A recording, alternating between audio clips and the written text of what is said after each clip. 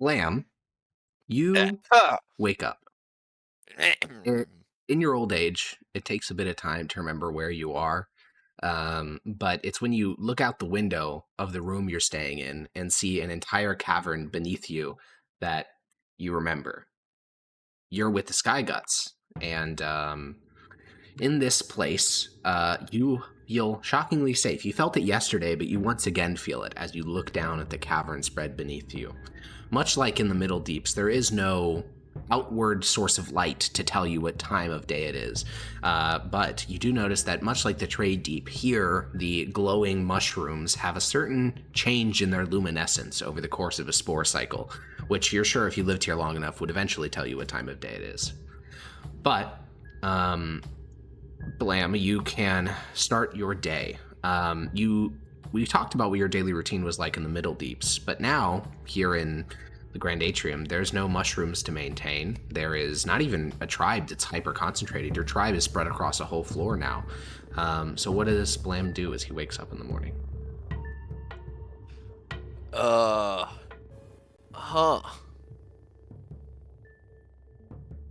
a good question. Oh, that's right. The library exists now. It does. Yeah. Go see what's up with that place.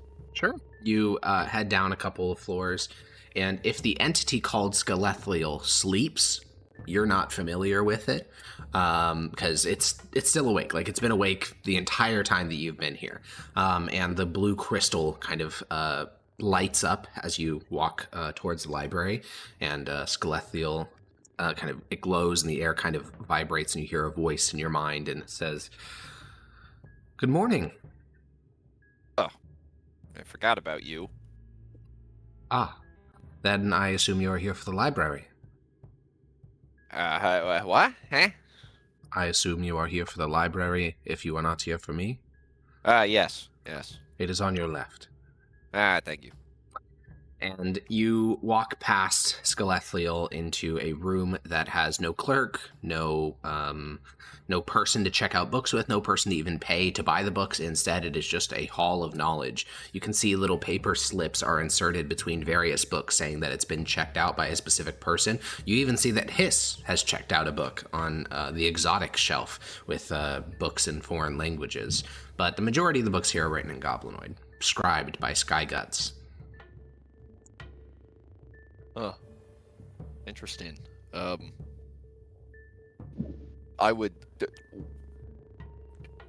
Where did any of us learn to read Goblinoid? Your tribe had literacy. Next to your little painting, like you would paint things on walls using mushroom dyes, and you would add labels and inscriptions beneath them.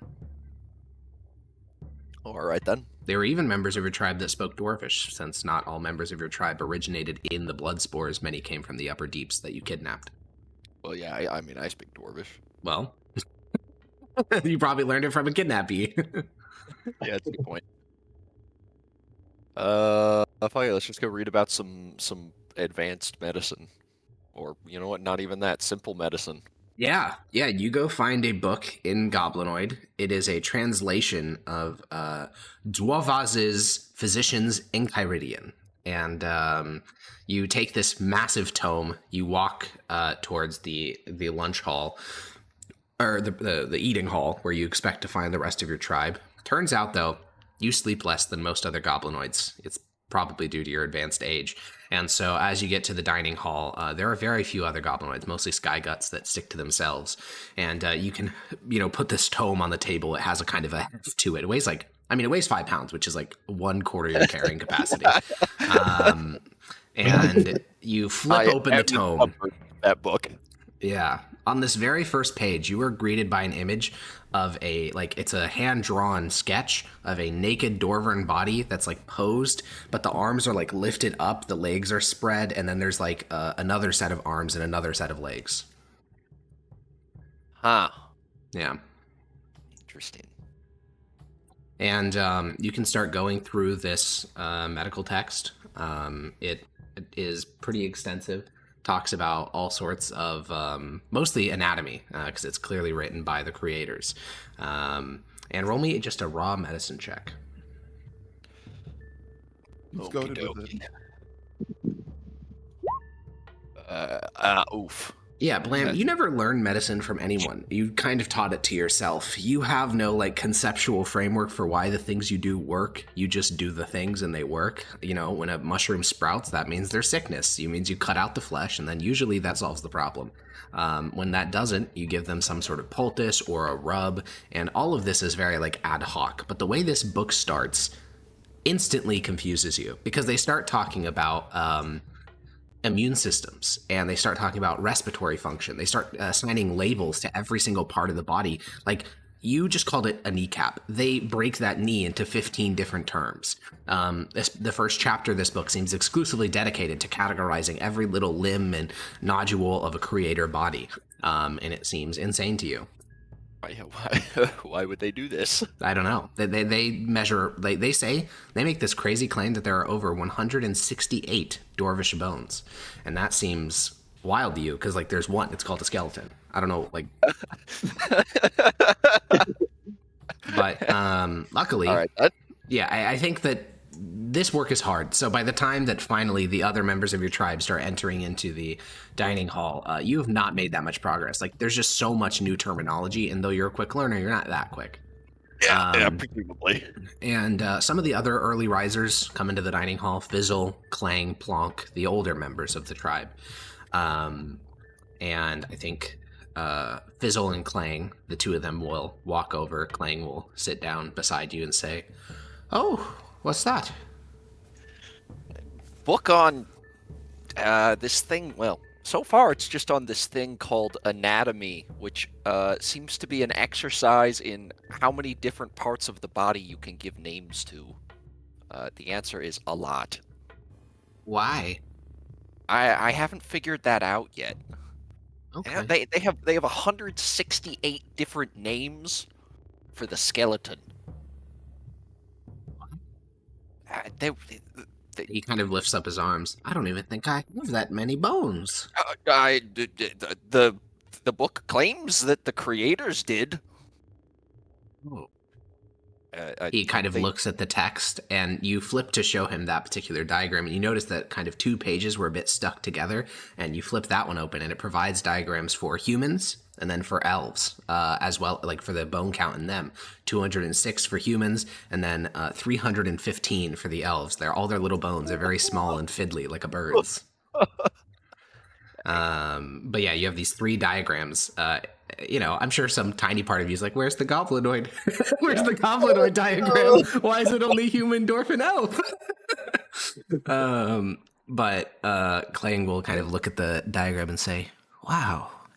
And they translated it because I can read that.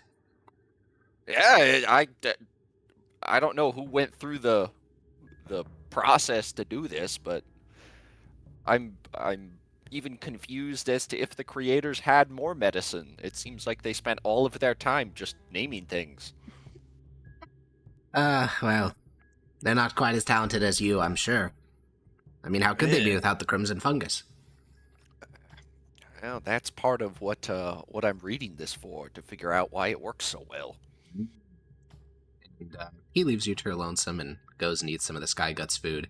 You decide to finally get yourself a plate. They eat meat regularly, which it's not that you don't eat meat. It's just you mostly eat rotten meat, like the things that the crimson fungus is unable to digest.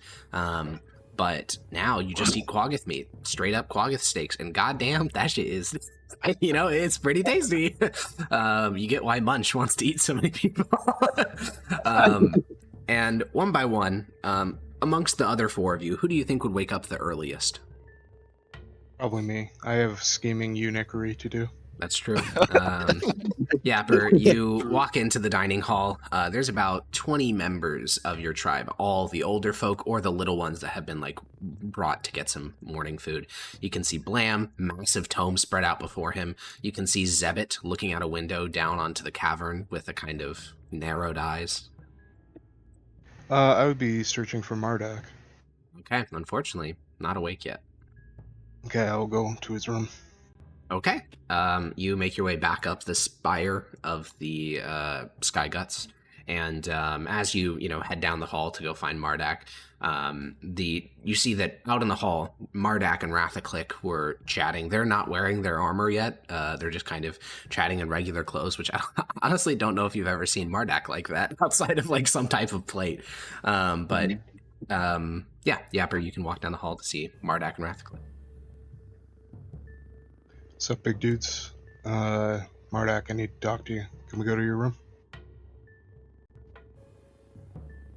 Sure.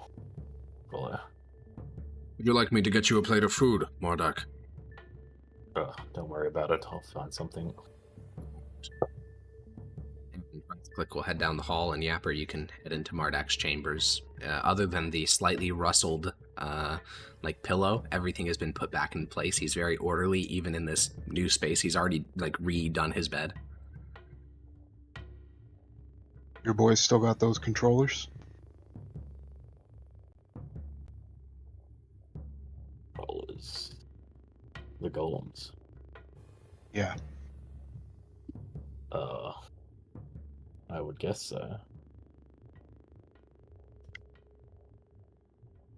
This is gonna be our last chance to use them. It's only a matter of time before the Skygots come looking for them.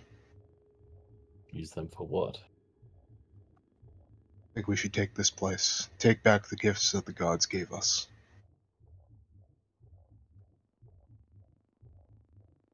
We don't even know if this plan of theirs will lead us to paradise. They said the underway was collapsed. That's also another thing that I came to you for, is do an augury to see if the underway will lead us to the path that I saw in my vision. If it doesn't, then we can scrap that plan of theirs altogether. But if it does, we'll use it after we take care of business here.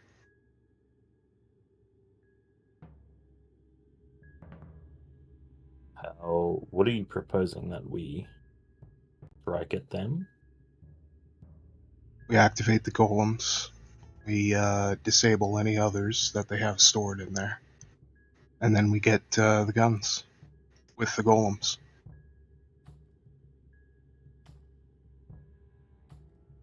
We'd have to do it quick, though. Otherwise, But we'll lose them forever. Then what? Then we take this place.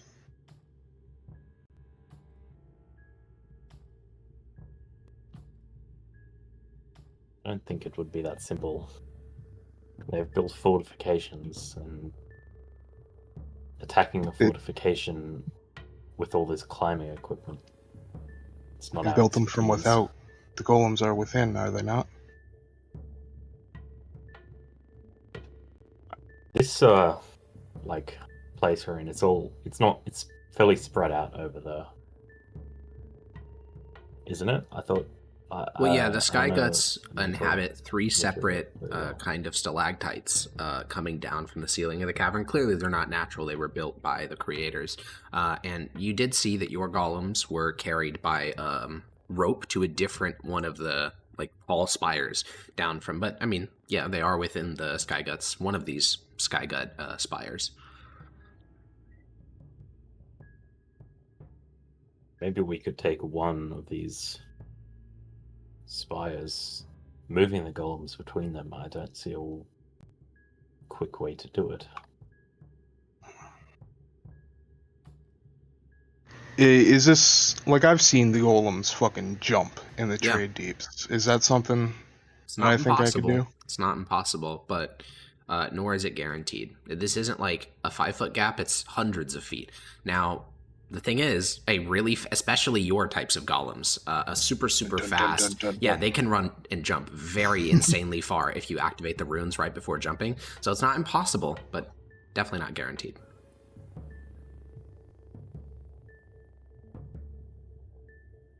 I can jump it. Okay, but let's. I'm not opposed to this outright, but we need to know exactly step by step what our goals are and where we end. Let's say we take our golems back, we take the guns back, and somehow we take control of this whole place. Then what? Well, then we either do the plan that they proposed with the mask and all that bullshit, or we find the actual path, if the underway is not the actual path. My concern is we get stuck down fighting, and then one of the other two clans here come. How would We'll they have get no up? allies. I mean, I don't know how long they've been here. I'm sure they've been scheming this whole time. Well, we'll subjugate whoever surrenders, and I know the necromancers, they probably have magic to fly up. And the ones like Munch, I don't know what Munch can do. I wouldn't be surprised if they have ways of climbing. shoot them. It's pretty easy. I don't know that we could take everyone here.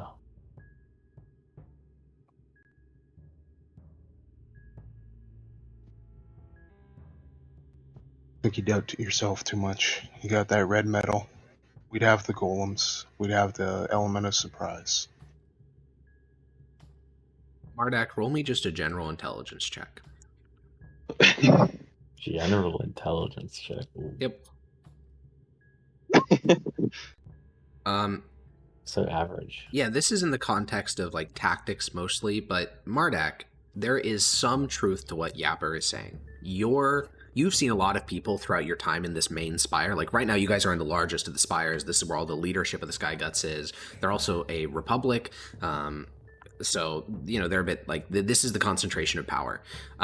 You have not seen many people with red metal. You have seen wonders, Skelethial, you've seen lots of mages up here, wizards and things like that. Lots of the Crown Liquors technology has spread to this level, but red metal is an advantage that you do possess. And those golems you have are also made of red metal. So you could easily imagine one of those being able to kill 100, 200, 300 Sky Guts. So that is an advantage. Something worth considering, though, is the populations we're talking about. The Sky Guts number in the tens of thousands across their spires. But your weapons are certainly quite strong. Tens of thousands, potentially, yeah. No, do we have even 100 people? I don't believe so. 100 goblins? I believe you have around 70 at the moment. How many people of those are warriors, though? About half. So 30. Oh, fuck. But, I mean, he is right. Your red metal I meant golems of the Sky Guts. Oh, of the Sky Guts? Probably 30 or 40%. All right, we can do it. Every goblin has to take 400 of them. True. I mean, the thing is, your golems probably could do that. Yeah. each one of your golems probably could kill 400 Sky Guts. I know, but like I'm talking about the other average goblin. Yeah, yeah. You need Clang and Fizzle to each kill 400. I suppose we got this. If we were going to do it, we wouldn't need to exterminate them. We would need to decapitate their leadership. True. What leadership? They're a democracy. I mean, they don't have a big one, Sadga. They have a whole they govern from. If we take that and all the people in it, and then we take control of their military or capture them or just defeat their leaders, perhaps we can do it, but it's not guaranteed. And ultimately we gain, I guess we maintain control of our golems and our weapons, but if we fail, we're all dead. I guess if we fail, we're all dead on the other path.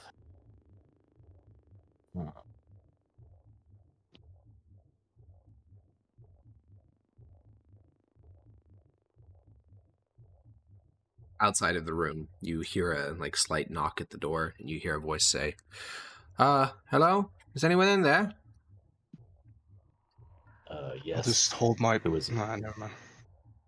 Would you like some room cleaning? No. Oh, all right. Then you hear the sound of footsteps walking away. I'm going to stick my head out the door for a second and look around. Yeah, the rest of the blood spores are gone. They've probably all gone to food, the dining hall by now. You can see that a number of various sky guts. They look like, you guys don't have super aggressive social strata in your tribe, but they look like lower class members of the sky guts that are now like opening up doors, cleaning up rooms, redoing beds, taking sheets to go wash, things like that. All right. Our weapons, guns, and stuff, are we still in possession of them for now? Your guns, yes, you are still in possession of those. The golems are seized. The commands tablets for the golems are not yet seized. Yeah. Okay. So the goal would be fight through to the golems, take them, and then take out the leadership. Yep. It's doable, I guess, but...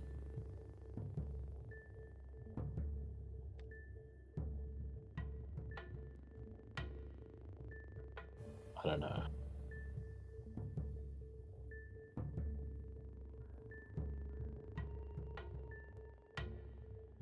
I would want to see what Munch thinks. He's got the best intuitive grasp of fighting.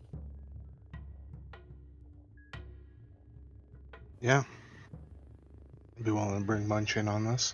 Could I see the map tablet? And maybe you go grab him? Sure. Cool. Yeah, Mardak, you head down to the dining hall. By the time you get there, there is hundreds of goblinoids within the hall. All of your tribe is gathered together at one of these like super long tables. You can see that like Blam has a giant book next to him. Hiss has like a smaller children's, or maybe not children's book, but a smaller book next to him. Munch and all the bugbears are like voraciously devouring everything they're offered and eating scraps off of other people's plates. Unhinging jaws. Yeah. Eyes roll out, tongue unfurls, eats single quagga steak. Yeah.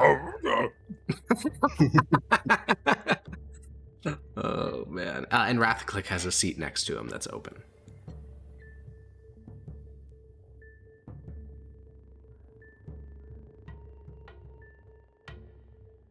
So where are you headed, Mardak? I'm going to go approach Munch. He is surrounded by fellow bugbears. They're using to just like shovel food in my mouth. So you have 3 hands all shoving food into your mouth. Yeah, and the best part is that they have 30 feet of reach. Yeah, so you're reaching like across the table over people's shoulders and heads and like grabbing their food and like putting it into your mouth. Yeah, exactly. Okay. Yeah. Never mind. I'm going to Rathclick. I'm going to wait until they're done eating. Okay, you sit down beside Rathclick and he'll like slide his half-eaten tray over to you. Thank you. How long have they been at this eating? Only about 2 minutes. They got down late. They like sleeping in. Damn it. Well, there isn't much food left. They got here after service was finished, so they'll be done soon. What did Yapper have to say?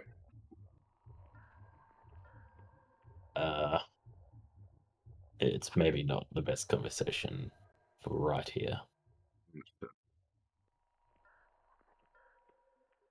But Did we gather together the council then? No council for now. I want to talk to Munch. He looked at you with his one functioning eye a little bit suspiciously, but he'll wait. And Munch, unfortunately, you and the bugbears got here after service was finished. Unlike the Skygut bugbears, you have not yet learned when food time is. And so very quickly, you eradicate all available food at the table with your arms and your tentacle arm.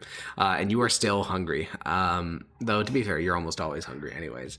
And what does Munch think of this place so far? The Skygut Spire, their little republic in the clouds.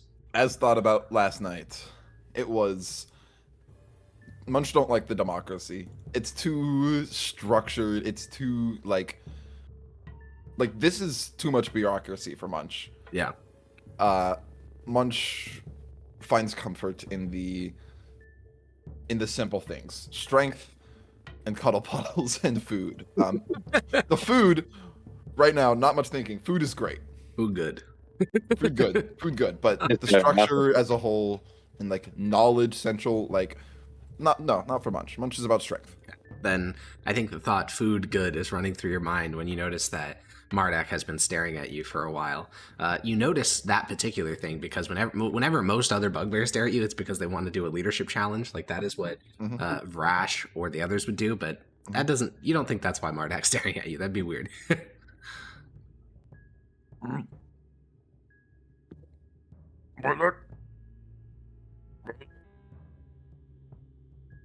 Yes. Munch, I have a few things to talk about, but finish eating. Better if your mind is ready. Left. Okay, well. I would like to discuss it somewhere alone. This is a leadership challenge.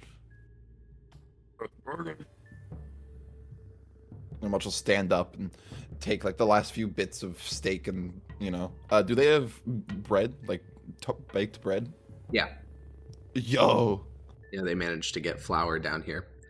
that's crazy. Yeah, last bits of steak and bread that he can get scrounge, and join Marduk. Okay. Marduk, where are you taking lunch?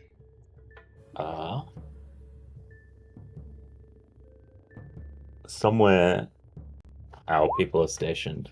I'm gonna find a room and just kick anyone that's in there out for a bit. We could go to the match room. Bugbears That without works. eating. And they'll listen if you tell them to be gone for a bit. There's not left in there.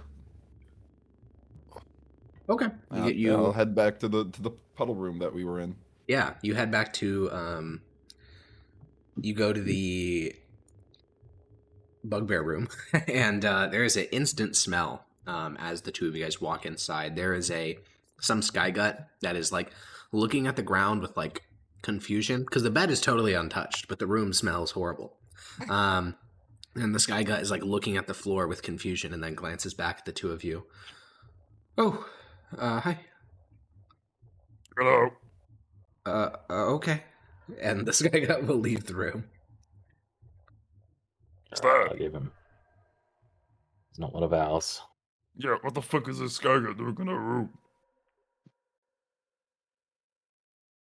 I don't know. Did he have anything on him, or was he just here? No, he was. He had a mop and a broom. It's weird. What are those? Keeping your space orderly. I don't know why someone would bother with a bugbear space. Seems fighting against nature itself. Rude. Munch will like go and like see if he can like lock the door in some way. And Medic. What talk about? Got a few things on my mind. First, what do you think of this place? I mean, the food is good. It's comfortable. Much But like the the food. leadership, the way they do things here, Much like it. Nope. I agree. I think Too organized. it's too soft. Exactly. The organization is not the problem. Why give weak goblin a vote? They're weak. Doesn't make sense. I was thinking Munch more strong, about this. Munch get vote. I was thinking about this. How everyone has a say here. I think it's too much. And then I was thinking about ourselves. In times of danger, people think they should have a say. We're second guessing ourselves. Don't like it. We need to listen to one voice, and it needs to be the strongest voice. And I think Munch that's you. agrees. Munch agrees. Yes. Murdoch making a lot of sense. I don't know if the council is serving us anymore. The farther we go, the more we have to make on-the-spot decisions. We can't debate.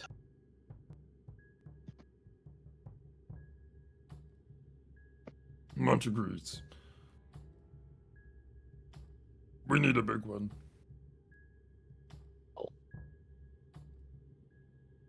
I think there's been an expectation that if we were to change, I would challenge you, but I recognize your strength. I mean, maybe if I used my Booyah powers, there could be a challenge, but that would not be me. That would be Dominus.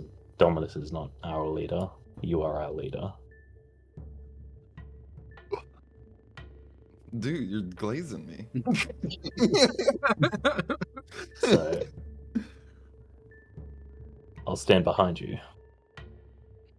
if you think it's time we moved past this council idea we've had. Well, we no longer need to speak about it with Blam. Blam will not be joining the council. Blam is joining the Sky Gods. But one will be Yapper. I don't know what Hiss would say. Yappa is the main. Yappa made me realize this. The way. If we were any less lucky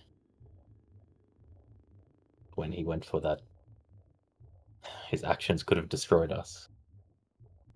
Because he would not listen to strength.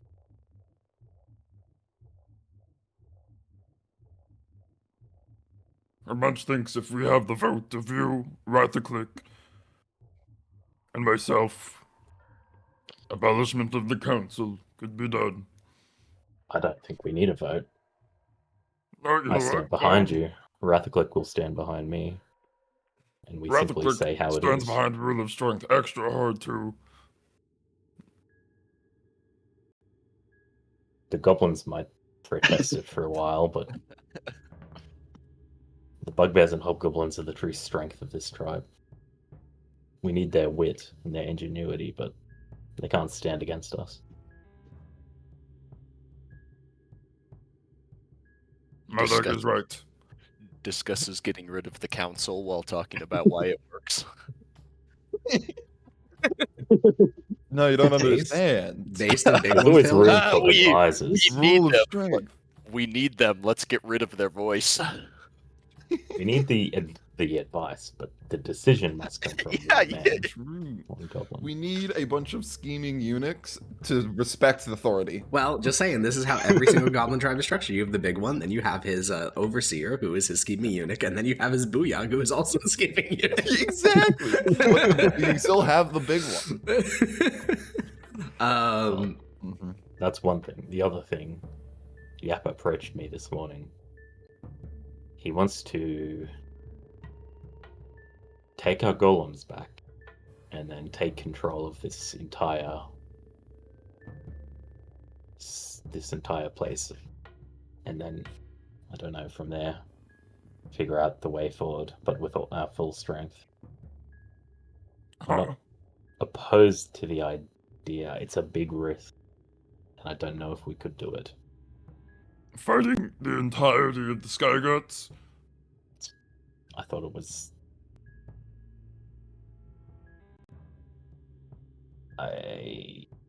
Gonna be real with you, Mardak. Munch likes living.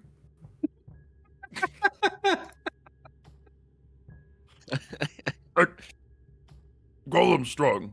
Golem's very strong. What about rest of tribe? I mean, with our weapons, we have the edge, but I agree, it's not... I don't like the idea. Too risky.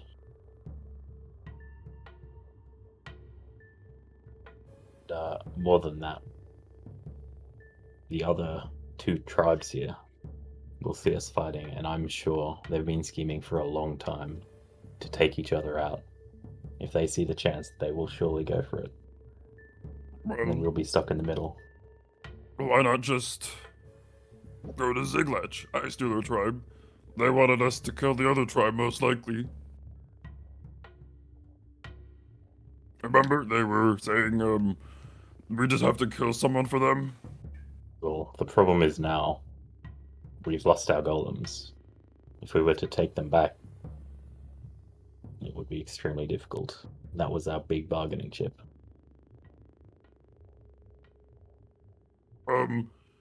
Much don't know much about this democracy thing. But can it give us ability to just, I don't know, we're probably too late. My suggestion would be we stay the course with these sky guts for now. I don't know if trying to take over from within is the best idea. It could work. I just don't know if we have the strength to do it. What we could do, here's what Munch thinks.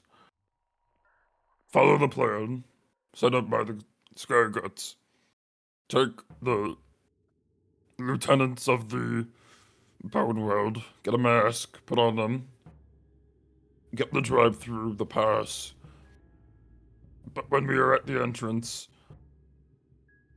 someone who has the controllers of the golems that stayed behind, or something of other, dumps them down from the stalactites up here.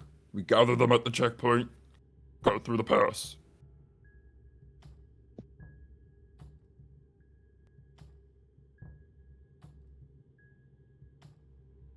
How does that sound, Mardak? Take the golems back at the entrance to the tunnel.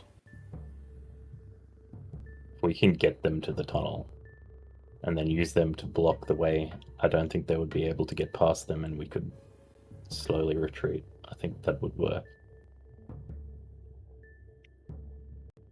Main thing is, would they survive the trip down? Yeah, they would survive the trip down. Oh, the golems, I'm sure they might. I mean, they might sink into the... Remember the bodies of the people. Oh. I don't know if they would be retrievable, and their pilots would surely perish. Pilots perish. The bodies are with us.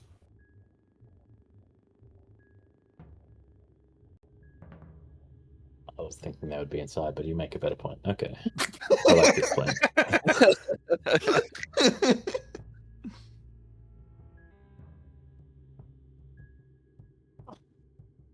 As for establishing yourself as the true big one, I'll let you decide when it's best. I'll stand behind you. I'll let Rathcliffe know. Wait. Much like this idea. Much like it a lot. Much will become... And he looks around to make sure no one's listening. Much will become big one. And he'll offer a thick handshake for you, Mardak. Take it. We'll discuss the specifics of the golem plan once Munchaferb's position is big one. Very well. Shall we talk to Hiss about it? I don't have a good grasp on how he will react.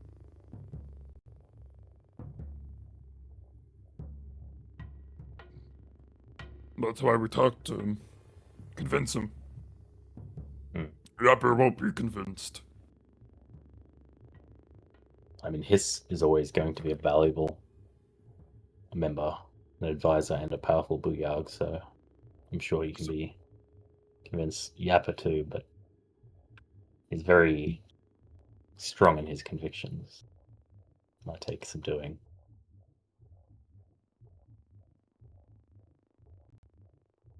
Alright. I'm just gonna go find some more food now. Does Mardak remember when we were supposed to leave to put the masks on the lieutenants? I don't think we've planned that out yet, have we? Munch become big one. And Munch will leave. Okay. You stride out into the hall, and Mardak, you follow him.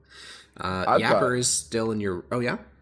I'm just want to say, Munch is walking with the most prideful fucking stride ever. It's like him after the barricade where his bugbears won the day. He's just walking around Giga Chad. Yeah.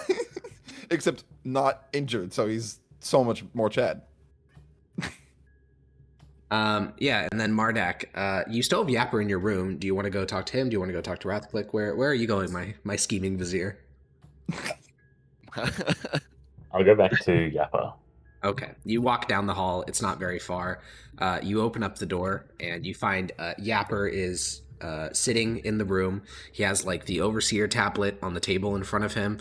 He has the golem fork next to it. He has some of the resequencing tablet, like the resequencing tablets you guys got from the outpost, sitting next to that. Just basically all of your golem tech, barring the controllers, is sitting on the table in front of him, and he's just like staring at it intently. So, what'd he say? Well, plan is, Munch likes the idea of keeping the golems and our weapons, but taking on the whole of the Sky Guts is too much.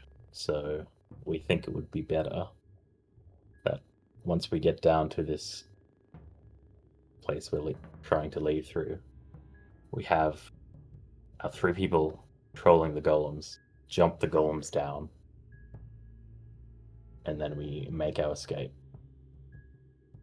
We believe the golems could survive the jump down. I mean, they're made of red metal. We might have to dig them out a bit, but...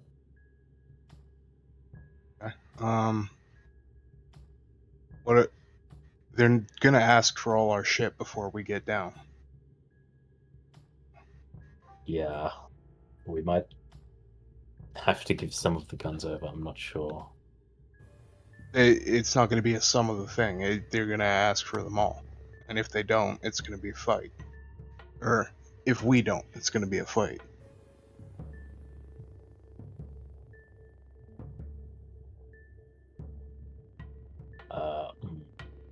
It could be... We will try and hold on to them until we reach... They show us this place, because we need to know it exists. When they do, we make the trade, except we land the golems on their heads as we're giving the guns over. Then we hold on to them. They're just not gonna let us down without the guns. They're not.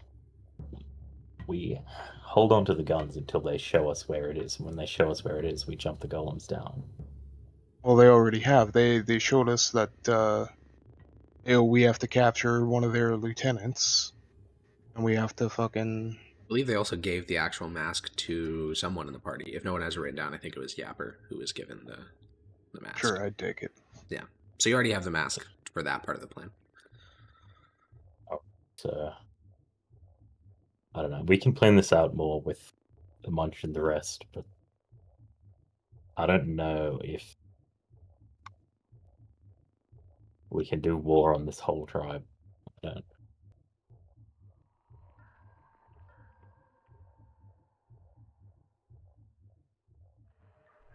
Well, you have all your golem shit laying on the table there. Where to? Are we picking up the overseer tablet, the resequencing things, putting them all back into Mardak's bag, and headed down to meet the rest of the council?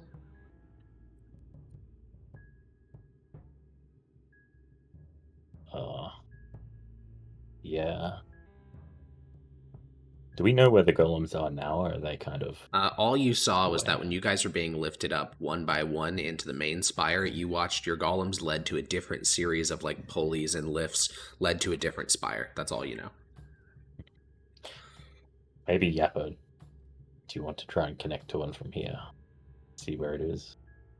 Don't move around if you're in it. Don't let them know, but see if you can see where it is.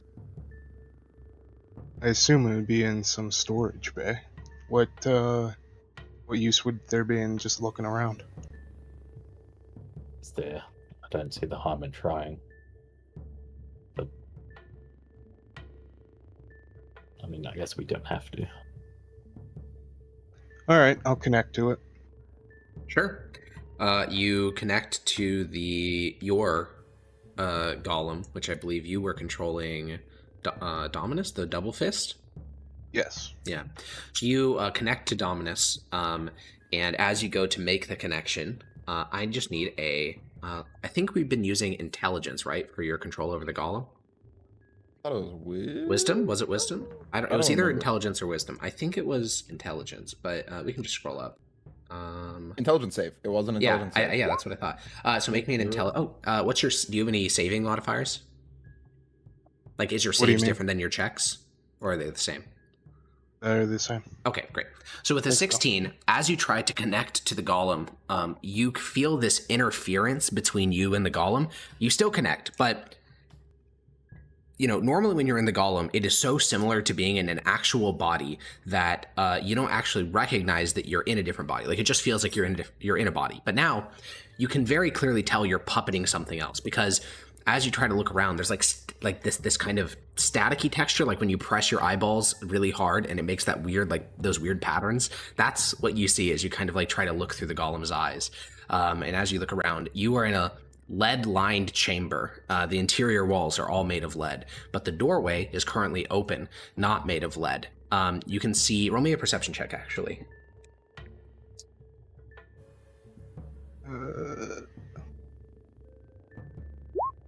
Your instincts about golem storage was correct. You are in a room with 6 other golems, only 2 of which are other Dreckhammers, which are your own. The rest of these are mostly scrap golems.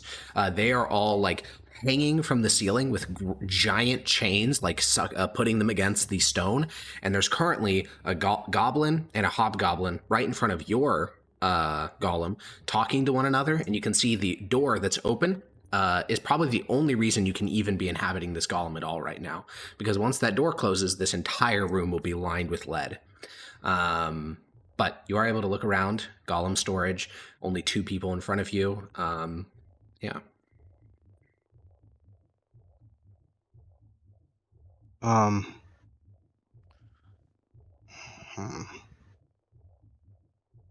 I fucking do it now?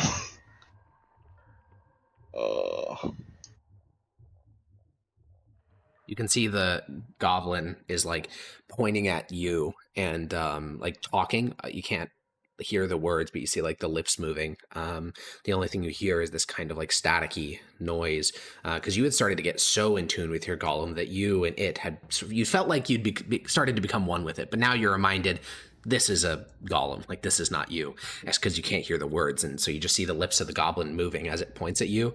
The hobgoblin woman, she kind of frowns and like taps a tablet in front of them, and they're clearly discussing this golem, something about maybe the logistics, something like that. You can't really read their lips as much either. No, I can't read lips? Okay. I mean, you can try, but again, your vision is all like staticky, and it's just you're not at the top of your game right now. You can try though if you want to roll intelligence at disadvantage. Or sorry, perception at disadvantage, not intelligence. They're probably just discussing resequencing. Okay, with a 16, the words that you get are golem control. That you can read that very easily. It seems as if they're having an argument. The goblin is mentioning resequencing, some variation of that. The hobgoblin woman, she's saying something like control rod, control tablet. That seems to be the nature of the argument. One of them's like, we'll just find the control bits. The other one's like, no, let's just resequence them from scratch.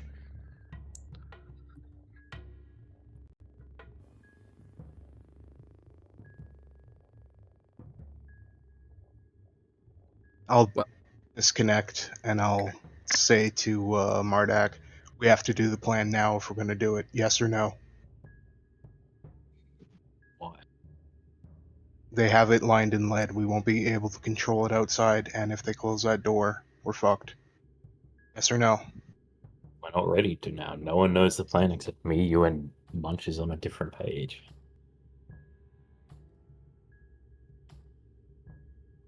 Yapper, roll me just flat wisdom. Being in that machine has made you feel the strongest you have ever felt in your entire life, and you know that if you delay, it's not happening, regardless of which solution they go with. Resequencing, finding the command tablets, it doesn't matter.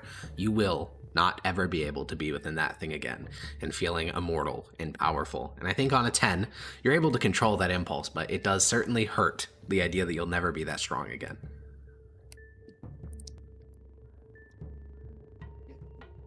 I fucking just throw the controller across the room and put my head down.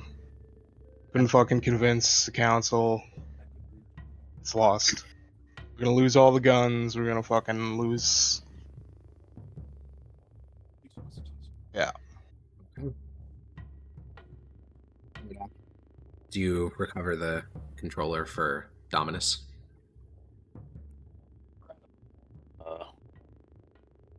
This is just the price we have to pay to continue our path.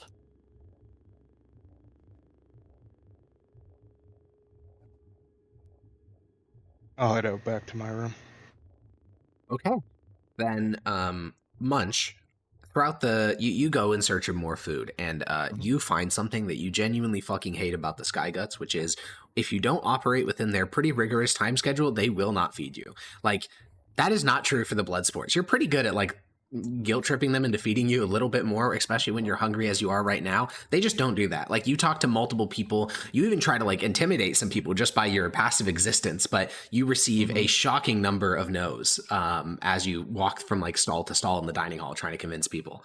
And before you can get actually violent, Rathaclick will walk over and he'll hand you a single bread roll and he'll say, "They'll be starting lunch in a couple of hours. You'll survive." Much has survived worse. Yes. Thank you, Rather Click. Thank you.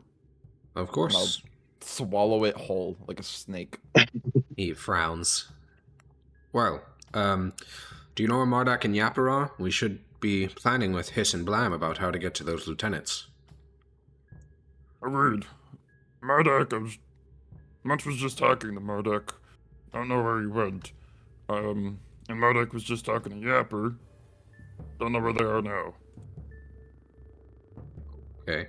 Well, I was going Probably to... in rooms. Okay. Then, I guess I'll find them then. Go sit Munch can with join. Hiss Munch and can help Blam. find. Oh, alright. Actually, let's all just go and find them. It doesn't matter where we have our meeting. Rathaclick will walk back to the table, and Blam and Hiss, while all this shenanigans has been going on, you two have been having breakfast. Pretty normal breakfast. You've eaten your whole... Like, these are really generous portions for goblins. For bugbears, they're like starvation rations, but for goblins, they're great. And so you guys have been eating your breakfast. Blam, you've continued... Yeah? I want to have gone back to the library by now. Yeah, absolutely. Yeah, you finished your book last night, so you can go back. You slide your elven text back into the wall. I will say, when you were at breakfast, you did notice Blam had a book from the library, if you wanted to read his with him. He's copying me. He is. Surely. How many more elven books were there? Only a couple others, but there are more. There's 3 others. All right, I'll grab another one. Okay. All of these elven books are very thin, by the way. The one you had 130 pages was the longest of them.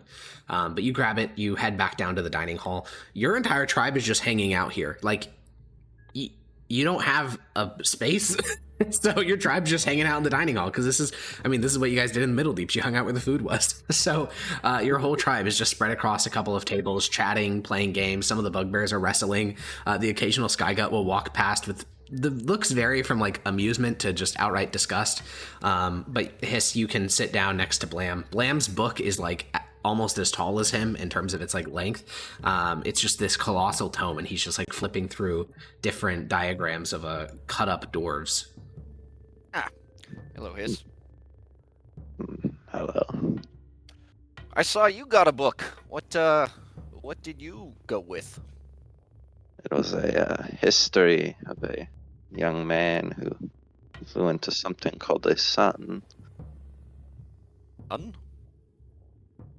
Eric's, that was what it was, right? Certainly so. It was like a great fire upwards. Why would he go there? Sounds painful.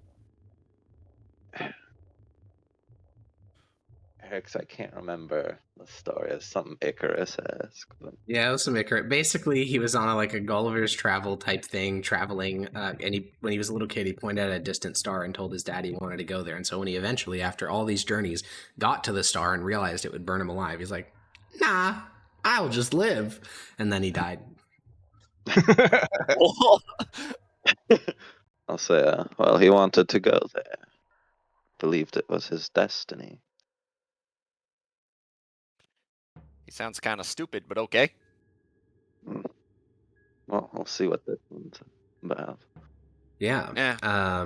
You flip open to Have the you first learned page. anything- Oh, sorry.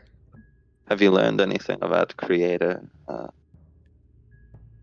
They like Well- naming things a lot. I'm You still haven't starting gotten to past pick that. up. I'm It's still the starting to naming section. pick it up a bit. There's just I looked into the next sections, but the issue is to understand those sections, you need to know all of their names or all of the things they named. So I'm working on that right now. I see. Well, the two of you guys decide to spend the, hour of while the rest of the council is scheming, reading your respective books. What you finally get, Blam, is you figure out what this book even is, like after you finish that first chapter, because getting that chapter, you don't have all the bits memorized, but you know like the general naming conventions, because what you find is that a lot of these names aren't random, they're derived from words in the Dwarvish language. So like platella or like all these different words, like these medical terms for creator limbs, they refer to some other word in the ancient Dwarvish tongue. And because you know that language, you're able to start to be like, oh, that's related to the hands, that's related to the, all that stuff, metatarsals, etc. Now you don't have them all memorized, but you start to flip through, and what this book is a list of conditions as denoted by the creators, what medical conditions they believed existed, and it's alphabetical. So you have asthma, acute allergic reaction. Then you have, on other pages, encephalitis. You have things like pneumonia, bronchitis. This is, as you read through it, weirdly similar to how you do things. In the sense that, like, what you do is you find where the mushroom is growing on the body. That's number one. Number two, you ask them for their symptoms. Number three, you could just make up a random word to describe that cluster of symptoms. You do it sometimes. It's fun. And then you treat it. And that's basically what they're doing here. They don't explain any mechanism of how these like different diseases are happening. Instead, they just say this crop of symptoms, we use this word to describe it. And here's how you treat it, which that's not that different to what you do, to be completely honest. What's lacks in here is like an explanation of how these things are caused or like how they relate. But this could easily take you hundreds of hours, even with your goblin nature. It could take hundreds of hours to digest what is here. But you finally understand what it is, which is a medical encyclopedia. Ah, okay. Yeah. As for Hiss, yours is, that the label said elements in the language of Elvish. And so you were expecting another like weird narrative or something like that. There is no words. There is exclusively geometry. So I guess here's my question. How much math does Hiss know? I'm not sure he understands numbers. Okay, then this is unreadable. Yeah, like there's a page, like every page of this is essentially like art. And so I think you would probably flip through this thinking it's like a picture book, but then there's never any words. And so you get like very far through and you're just like, what? Where's the story? And it's just like triangles and squares and circles all oversecting as if those explain things in their own right. And sometimes there are little words, but they're like very, very brief. Yeah. And that's this entire book. Okay. Do you Well, just try if to I stare have- at the pretty images? Time, I'm gonna switch it out for another one. Okay. You go upstairs, you go to switch it out, you grab the second to last elven text off the wall, you head back down to the dining hall, excited to consume whatever knowledge is within. However, that will probably give Munch and Rathaclick time. So, Mardak, as you finish your conversation with Yapper, you head out into the hall and you see Munch and Rathaclick, and Rathaclick will give you a wave. Mardak. Yeah. Well, we should meet as a council to discuss how we're going to get those lieutenants. I agree. Where is Who's Yapper? with us right now? It's just you and Munch. You, Munch, and Ratcliffe. Yapper stormed off in something of a rage. Why? We discovered that the golems are being stored in a place it's going to be nigh impossible to reach them with these tablets. Why does that matter? Well, he wanted to take them back. You what? We agreed as a tribe to give them over. Don't worry, this seems to be done. I think he's given up. I have all the tablets on me. Okay. Well, Keep an eye on him, I guess, but... are we, like, alone? no, you're in a hallway right right now, but you could go into one of the rooms nearby. No, I'll just lower my voice to Rathcliffe. Soon, this council will be over. Punch will lead us. Just leave it at that. I'll slowly nod. What changed? I saw our inability to function when we debate, when we should be taking action. He'll nod.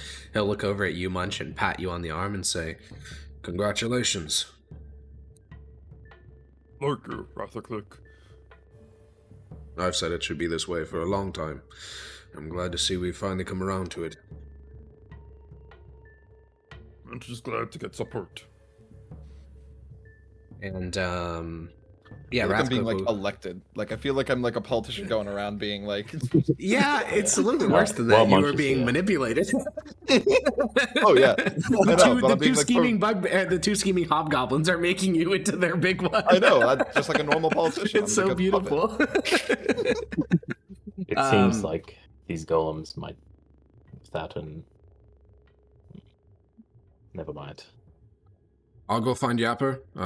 We can meet in the dining hall and make plans for how to get these lieutenants. Yeah, right. Yapper, you reach your room in anger and frustration and a little bit of doom. And before you've had even a couple of moments to yourself, you hear a knock at the door. Yapper! I'll open it. Greetings. We're going to meet in the dining hall and discuss how to get the lieutenants. I'll nod. Give me a sec. I'll be there. All right. And Rathcliff says nothing else. And blam, as you are on a page with every single D disease inside the encyclopedia, and Hiss is sitting down with his second book and flipping through the pages, Munch, Mardak, and Rathcliff will return. No. You what? I'm on my third book. Oh yeah, third, yeah, because you read the first one, yeah. You just get the title before the other three arrive, Hiss. The title is A Siren's Song. And then the other three will arrive, Mardak, Munch, and Rathaclick.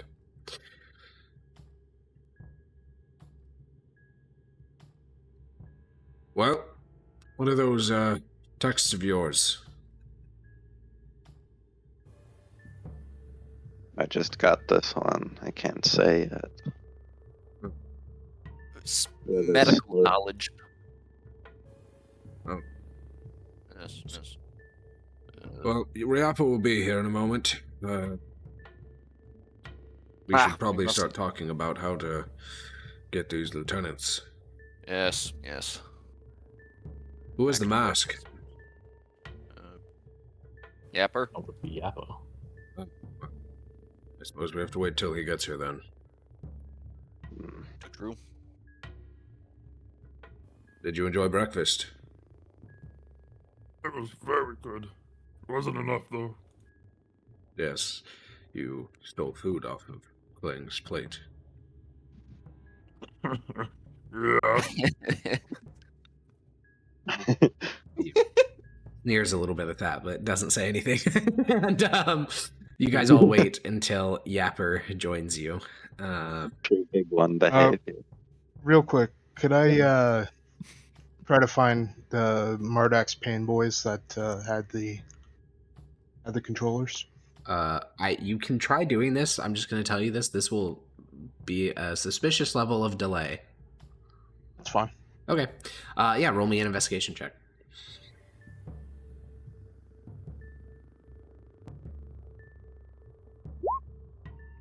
With an 8, it takes you quite a while. And you can find Zebit, Thazar, Rathak, Drazan, and Kovaron, 5 of like the core bugbears of the tribe. They are all on a balcony of the spire looking down, and they seem to be kind of talking in hushed tones as you walk past the entryway to the balcony. Go up to them. Hey, Marduk says we're giving up the golem controllers. I'll take them to him. Thazar looks at you. Thazar looks at Drazan. And roll me a persuasion check at disadvantage. Because you are not Marduk. It's possible, though. They're not the most discerning of people. With an 8, I think Drazan will give a nod. He'll look at the other two and say, "We'll go find Marduk. Where did you say he was?" We're having a council meeting. Council members only. All right, then where's the council meeting? We'll deliver the tablets. Just give them to me. The air on the balcony changes rather considerably. And Drazan looks at you.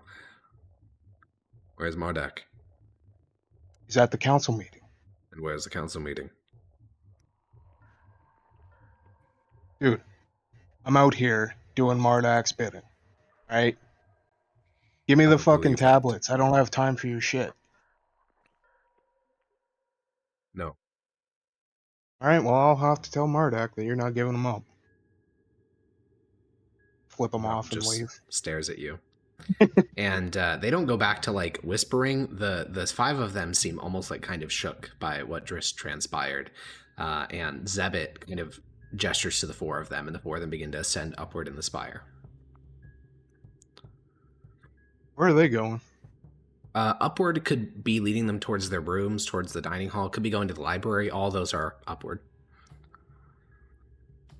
Sneak and I'll follow them a little bit. Okay, yeah, roll a stealth check. You imagine this will be easy for you. Yeah, you can trail behind them. Zebit and Drazan are engaged in some quiet conversation. You know, you haven't really spoken much to Zebit.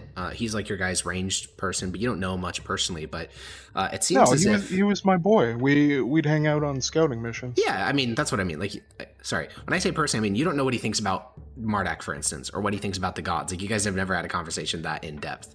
But him and the 3 pain boys, as you called them, seem very familiar. In fact, Kovaron, the whip priest, he also seems pretty familiar with those 3. And this group of 5, they ascend the stairs upwards, and they seem to be going to the apartments, like where you guys were given rooms.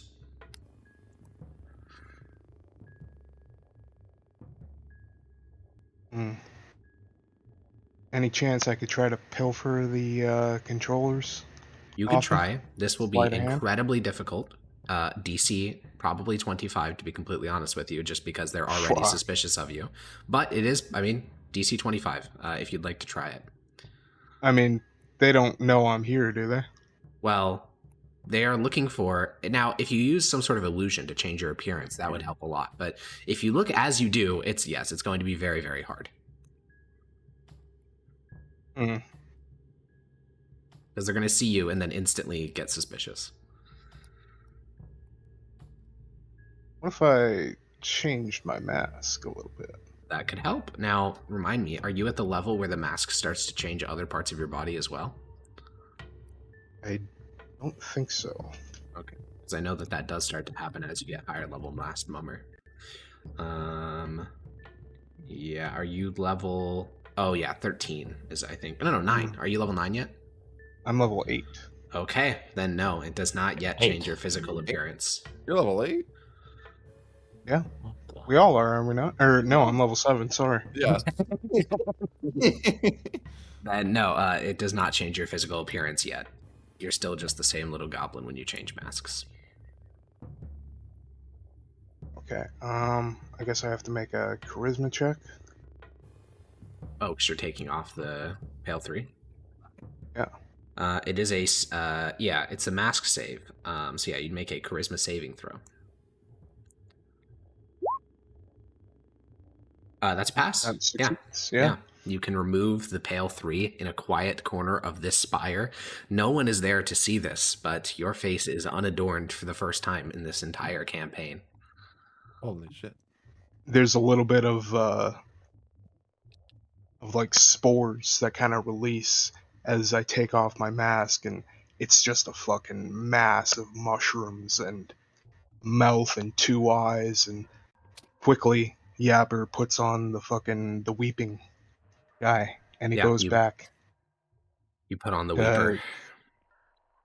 Try to steal these golem controllers. Yeah. You haven't worn a different mask in a very long time. I think that at some point prior to our story, you must have. Otherwise, you would not have carved these other masks. But it's been a long time. And the Weeper is an incredibly potent feeling to be wearing it. You feel so unbelievably emotional right now. Your anger, your upset, all of it just kind of spills over. And if you wish, you can try to resist this, but you really, really want to start crying. No. That's the roll. I'm the Weeper. Yeah, tears start to leak out of your eyes and kind of roll onto the smooth edges of the mask and just start to fall down, staining this like mushroom fiber mask with these dark rivulets of tears running down the cheeks. And I'm fucking beving right now. You are literally beving, yeah. You are literally like the crying Wojak. And as you walk into the hall where this clique of hobgoblins is, I'd like just a raw performance check, because while your body may not have been illusioned or transformed, demeanor-wise, you are completely different. Oh, I'm just a small goblin. Yeah, the 5 hobgoblins, they like see you, but they don't recognize you. Like, you can just tell. Like, they don't see Yapper, because that is so different to how you always behave. And the 5 of them are still talking. In fact, they get so close that you can hear Zebit say, "I think perhaps we should consider that the council isn't working if they're moving behind each other's backs." And Drazan just kind of nods. "You have to wonder what he's planning, though, if he asked for it so brazenly. Do you think he's moving against Mordak?" And while they're having this conversation, do you still want to try to snipe one of them? I'm not sniping them. I'm stealing. I know. Swipe is what I meant to say. Oh, swipe. Okay. Yeah, swipe. Just shoot one in the Just shoot one in the skull. Just completely alter your performance and your act, like how you behave, just to shoot them anyway. Yeah, make a sleight of hand check. In this case, I think you have so effectively blended in. And in fact, in the description of the Weeper mask, it says that unless creatures have a reason to see you as hostile, they will see you as pitiable. So I think with advantage, because they have no reason to be looking at you as like a threat. Oh my fucking god. Oh no! You reach out, and while Drazan is clutching his very close, the Tsar is just kind of letting it dangle from his belt loop.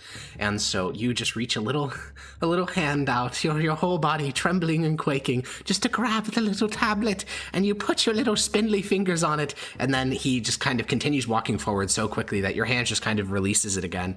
And he glances back and notices that you touched the tablet, and roll me, at this point, just raw persuasion. This is just, how pitiable are you? Well, hold on. Yeah, Performance. Yeah. Performance. Please, sir, do you have any food I could have? He looks at you, and I should roll insight here. He gets a d20 plus 2. Advantage, maybe? No. He looks at you, and he instantly, like, kind of frowns, and the other 4 are still walking. Like, he's paused for a moment to look back at you, and he says, "Yapper?" No, my name is Sabi Kimasabi. Please, can I have any He glances back over his food? shoulder and sees the other 4, and he kind of turns around and starts to jog to keep up to them. But you can hear his voice as he runs away and says, I think Yapper's wearing a different mask. I And the run other away. four, yeah, you sprint away full speed. Your arms like trailing behind you because you're too sad to lift them up. And the other four, like, yeah, you can hear Zebet's voice like as you're running away, saying, "No, that can't be him." And you sprint away full speed. Okay, I gotta switch my. What a my fucking mask creature again. you are. Dude, that's so creepy. You're such a creepy little guy. Yeah. Oh, Oh, okay. fuck. I'm You just go the- into a I'm the quiet fucking alcove. zombie. Yeah, you go into a quiet alcove. You go to pull the mask off, and you feel your mushroom skin pulling at the mask, not wanting to remove it. Then you tear and you tear and you try to just outright rip it off, but it simply doesn't leave. And that sadness and melancholy that holds in your chest just boils over. this Now, is yeah, my you just start life crying all now. over again.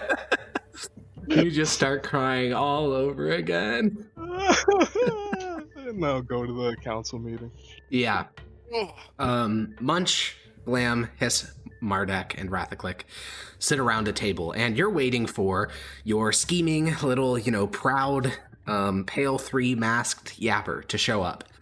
That doesn't happen. Instead, you probably don't even recognize it's Yapper until he's within like 5 feet of the table, because the rest of his clothes is the same. It's just the mask that's different, but that is so like core to how you see him that when you see this different mask with tears running down the side and there's these like sobs that rack his little body, it takes that long for you to be like, oh, that's Yapper. Oh, it's so over, boys. Literally, it's Jover. What happened to you?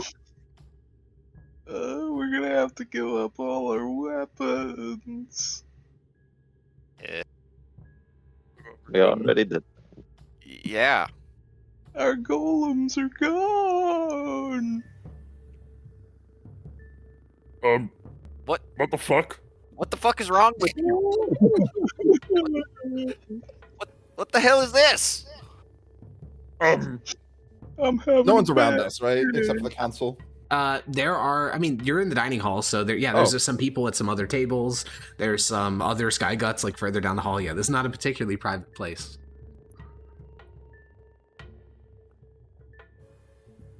Rathaclick will just look at you and say, "What's happening? Why are you like this?" Oh, I'm a sobby Kimasabi. Kimo-san, what is... I flipped the K section of my medical book. Yeah, you look for Kimasabe, there's keratinitis, no Kimasabe in there. I don't know what the fuck he's going on about. I kind of like seeing him like this. It makes Munch actually so much more certain about the decision. Just sad.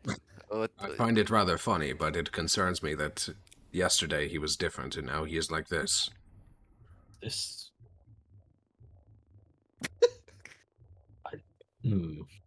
Yapper, are you good to partake in planning? No. Oh, no.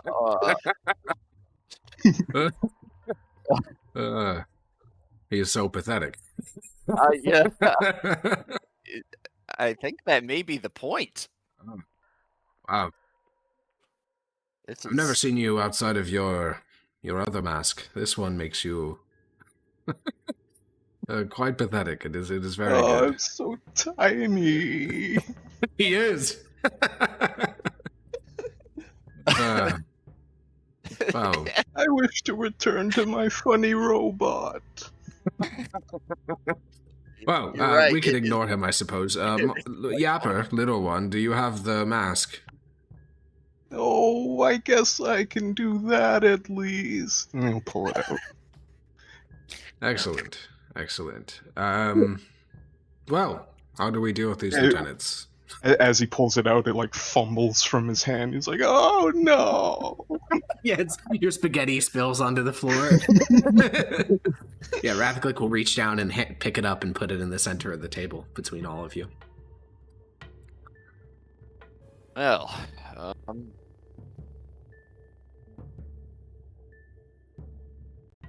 how do we?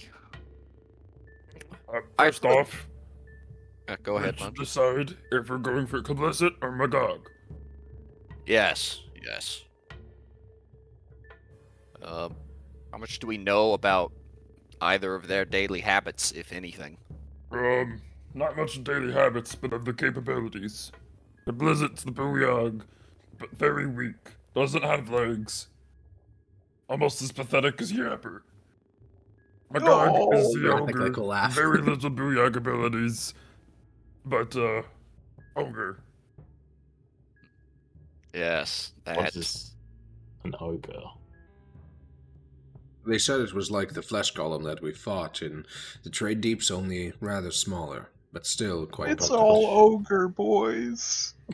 How intelligent is it? Is it easily tricked? Well, it is a necromancer, so however smart you need to be to do that. Some magics you need intelligence, some you just need a different kind of connection. That's right.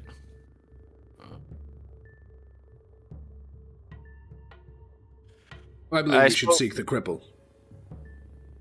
It depends on how we want to do this. As in, do we just want to go the simple route and, physically overwhelm them, or do we want to get a bit sneakier with it?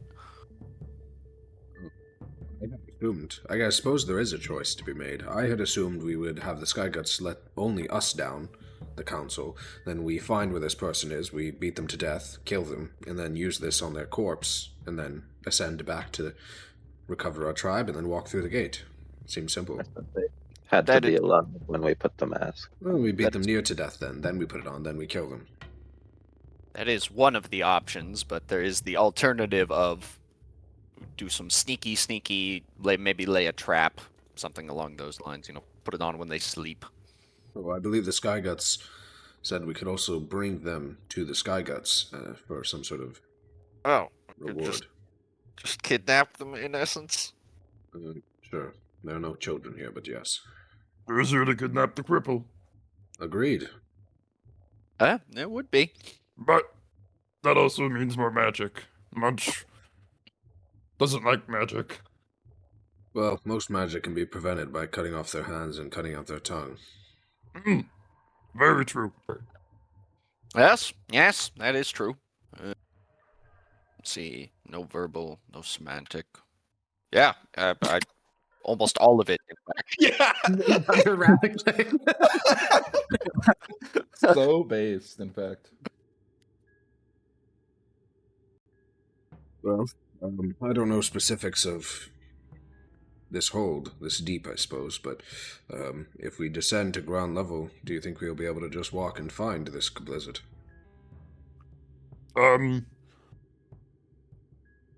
Bunch thinks it would be easy to find a necromancy cripple, but also Bunch thinks that may not actually be easy to find.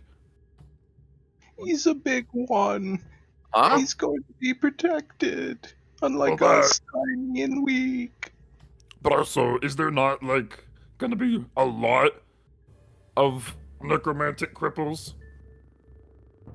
I imagine most necromancers would not be cripples. Oh. Would they They're- not just die if they are weak?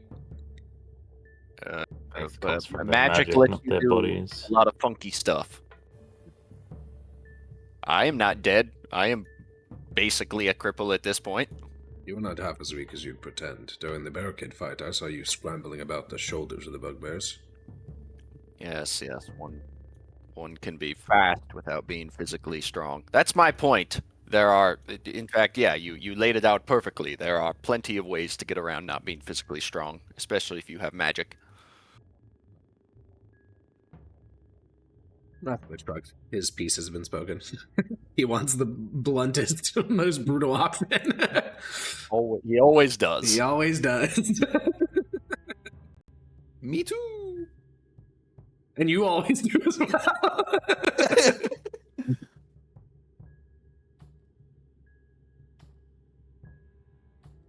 I don't think we have enough information to properly plan anything other than an assassination.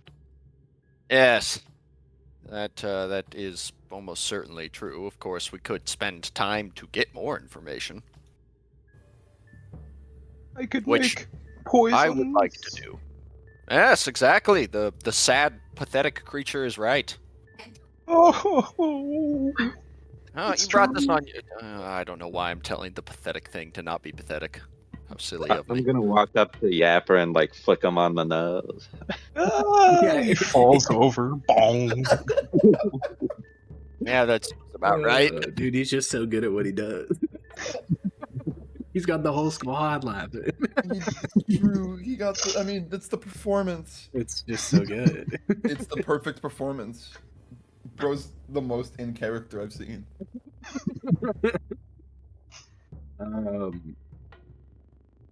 Okay, then it sounds like we're going assassination mode. We don't really know anything about this person we're trying to kill, Blizzard. We don't even know where he is. So a lot of that information needs to be gained on the ground. Can we not ask Ukla? Ukla might know, Zebit as will well as shrug. the Or no, older sorry, bugbear. Rathaclick will shrug. You can ask older bugbear and Ukla. Yeah, I mean, do you guys want to go seek out the government of the Skyguts to see if they can give you more information?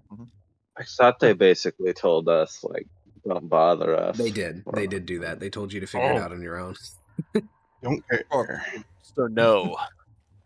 Probably not then. Mm-hmm. Well, much when I get moving. Much when I get on the ground and start doing stuff. Yes. And not a- Oh, Mighty Munch, can I have some time to gather supplies? Perhaps a poison? I don't like this. This is weird. No, nobody likes Back. me. Not like this. I like him better this way. I do too. It's weird. And is he even useful in any form like this? No, I'm sure he is. He can still stab things, can't he? I guess. But, yes. stab that table, you. Ah, you Yeah, fumble. see? No. Yeah, see? You get my point now? That's fine. Eh. I'd prefer this to his constant argument. He was always somewhat, yeah. This is What are the other masks like if this one is like this? I hope we never see them. Maybe one's the opposite. He's just brimming with confidence and, I don't know, can... I would assume Tear that's the your one head he off. normally wears, considering how much he argues. That's a good point, actually, yes. Maybe somewhere in there he has a friendly and normal man. Oh, now that would be that would be good. Surely, yes. Surely he 24/7. Maybe he has one in there that actually makes him big, like Munch, Oh, like a big What is one this? mask.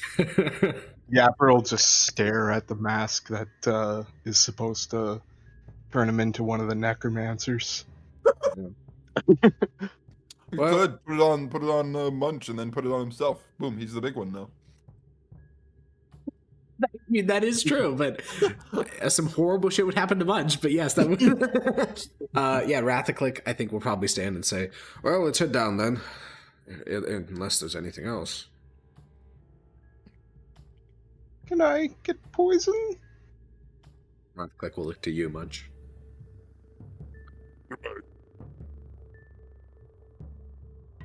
Okay. We got a bunch of stuff that I could probably brew poison from, right? Like we got that rotten fucking creator food. We got Yes. whatever's around here. Yes, yeah. It's not going to be like a neurotoxin, but yeah, you can make some shit that'll make someone sick, like want to vomit, if that's the type of poison you're trying to make. Hey, disadvantage on like concentration or something. Yeah, I don't you know. could give someone the poison condition for sure. The poison condition. Favorite. It's pretty good. But didn't you also get like some poison a while ago from the venom drinkers? I did, but think he that's not used it. really a combat. No, I didn't. I still have lots Oh, left. okay. Poison your feet. It allows me to create Ooh. some special poison. Ooh, 50 gold worth of materials. Holy moly. You can make that, yeah. We can make that with one pistol, I think. Well, I don't know. Those pistols are complicated, but you can certainly use some of the metal you have. Not like the poison food kind of shit. No, that's not worth 50 gold. About like corpse parts and. Well, that's what I mean. That's yeah. You can use corpse metal. Like you can use some of your skitter. Like if you use one skitter golem medallion and some of your copper coin, or no, some of your stove belly metal, you could definitely do that.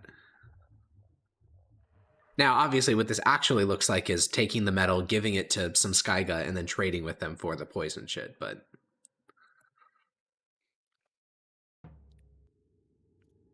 I don't really want to use red metal. That's the thing. copper is not worth that much. So, what do you want to do to get 50 gold worth of value? Let me check the. It's like you let the guys do that ritual, the augury, with just corpse parts they found on the road. Correct. Yeah. That did happen. So I'm just looking. We got all that rotten food, and I mean, like, the cans could be considered valuable because they're like. The augury I was used red metal, like medallions, and I inscribed. Well, yeah, I did augury different for each of them. So for the Grosh Worshiper, I let him use literal like sinew and garbage and trash, and then for the Dominus Worshiper, he used red metal. And I don't even know if Hiss has cast augury yet. I refuse to. Okay, yeah, you refuse. That makes sense because we haven't gotten there yet. So the reason I let him do that is because on the Triumvirate Cleric sheet, it explicitly says that the holy symbol of a Grosh Worshiper is literally blood and sinew. So for this poisoner thing, you'll still need 50 GP. Edible things are worth a lot more to munch, or to not munch. Grosh. I mean, same thing at this point, to be honest. Yeah. Is there anything just laying around that I might be able to pilfer and? Like stealing Stygut shit? Yeah. Yeah. Roll me a just raw sleight of hand check. Yeah, the Skyguts are. Well, I'll say it from Yapper's perspective.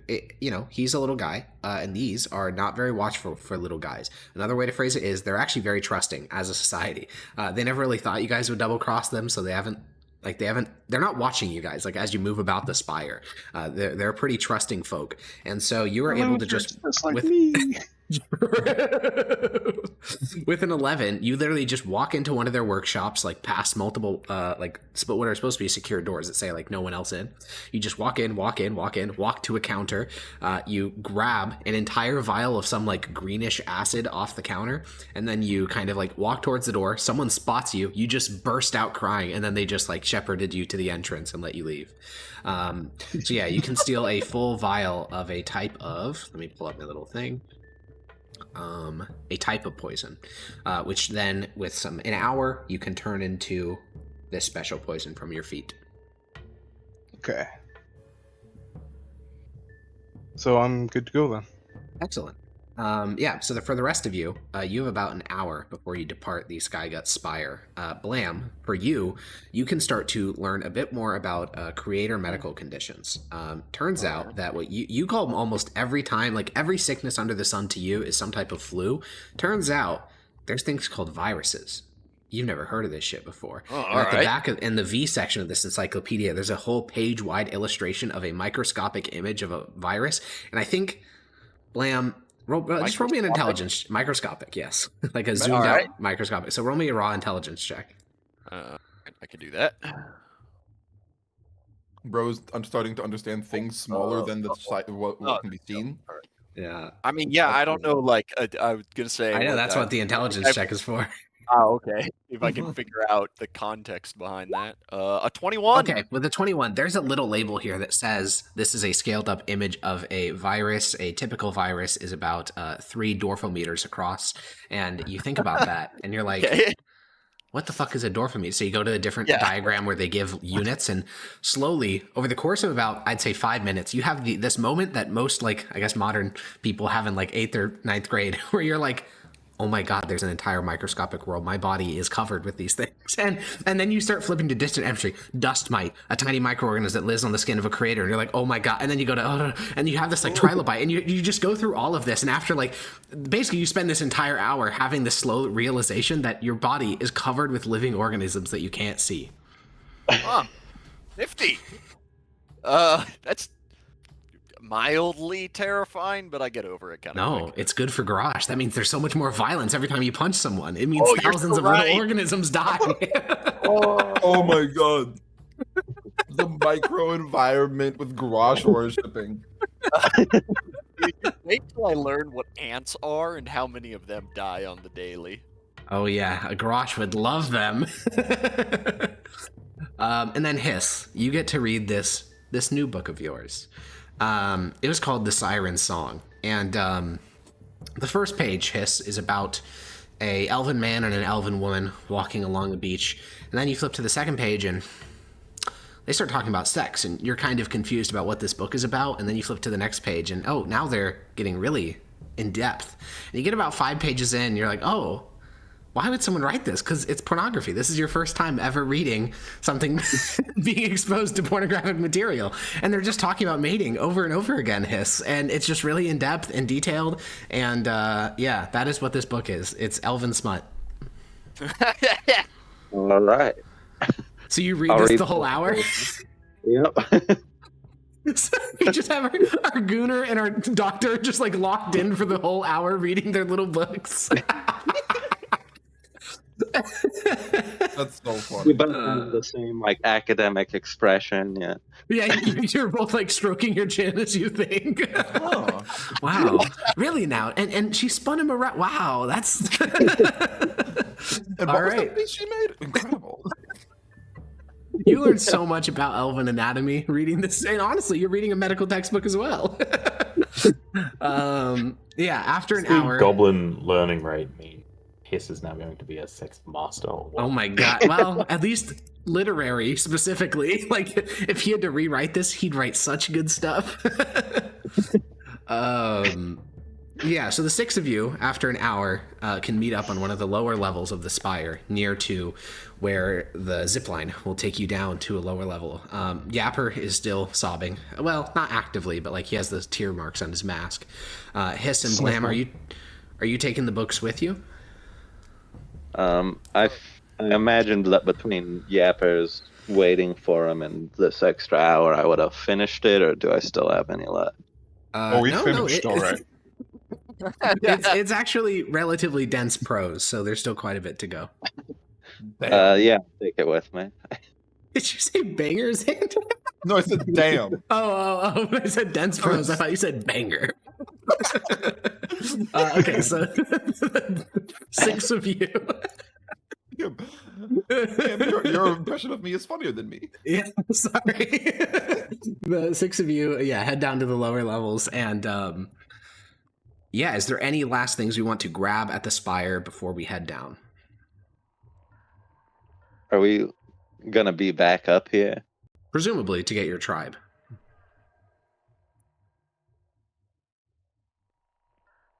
You're just going down to steal a man's face and identity and personality and entire sense of self.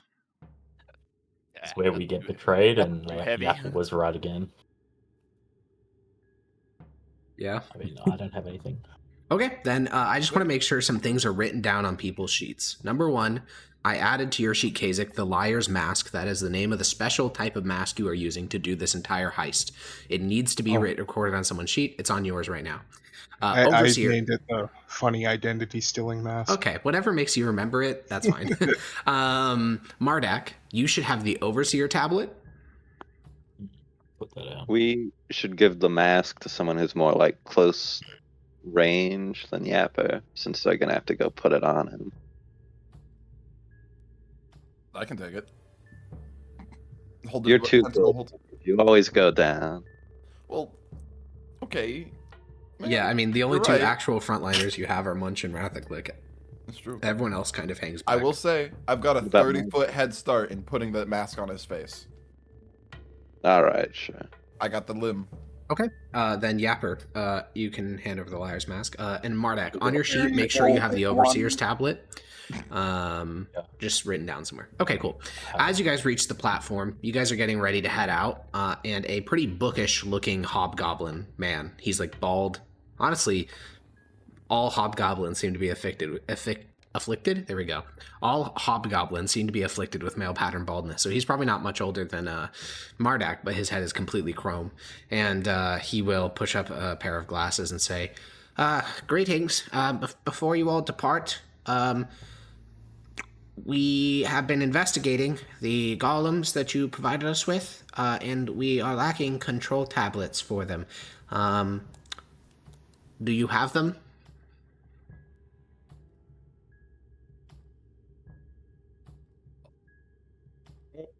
He looks at the six of you. Pepper scratches his balls. He looks at that and then looks up at Mardak. All right. Well, let me rephrase this. That's fine. As a part of our deal, they need to be turned over. We know that they're keyed to them, so we need them. We can find them on our own if we're forced to, but we'd appreciate if you cooperated. I'm just looking between everyone here. What? Some of you have them.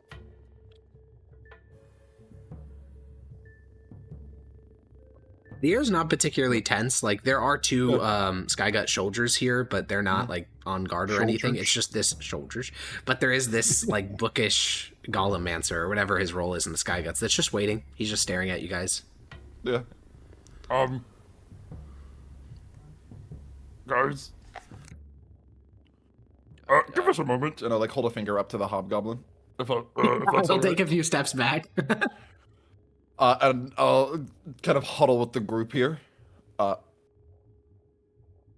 One of you two has look at. Watch them think of this part in our plan. Also, where are they? We'll look at Mardak and Yapper. Yeah. I'm looking at them too. No, don't look at me. Oh, I don't have shit. I have Yappers and the Overseer. And then Where are the other two two? of my followers have the other two. Well, we just tell them where they are and hand them over. The Overseer wasn't part of the deal. Then we don't We give don't it. need to give that over. Sure, then don't give it to them. We give them what we made our deal with, and that's all right. Wrathclick will look at Munch. Mhm. You agree? Yes. Hand them over. Wrathclick will break the huddle. Okay, what the fuck is going on here? Well, whatever. Angry little blam. The researcher will just look at the six of you. Pull Yapper's tablet out and say, here's one. The other two are with my followers, but they're quite devout. You might need some proof that you actually were told to take them from me, so... Would you like to simply come and tell them with me? You can't seem- go down until we acquire the tablets. Sure. Let's make Excellent. things over. It doesn't take very long, because those 5 hobgoblins are waiting in your room, Mardak. They were waiting to speak with you. And so when you open the door, they, Zebit like starts to walk forward to say something, and then they see the Skygut step in beside you, and they all go quiet, and the Skygut looks at them and looks at you and says, I'm here for the tablets. And The tablets... they'll look at you, and I think Drazan will kind of walk forward and he'll gently pinch the back of your hand, Mardak. Are you yourself?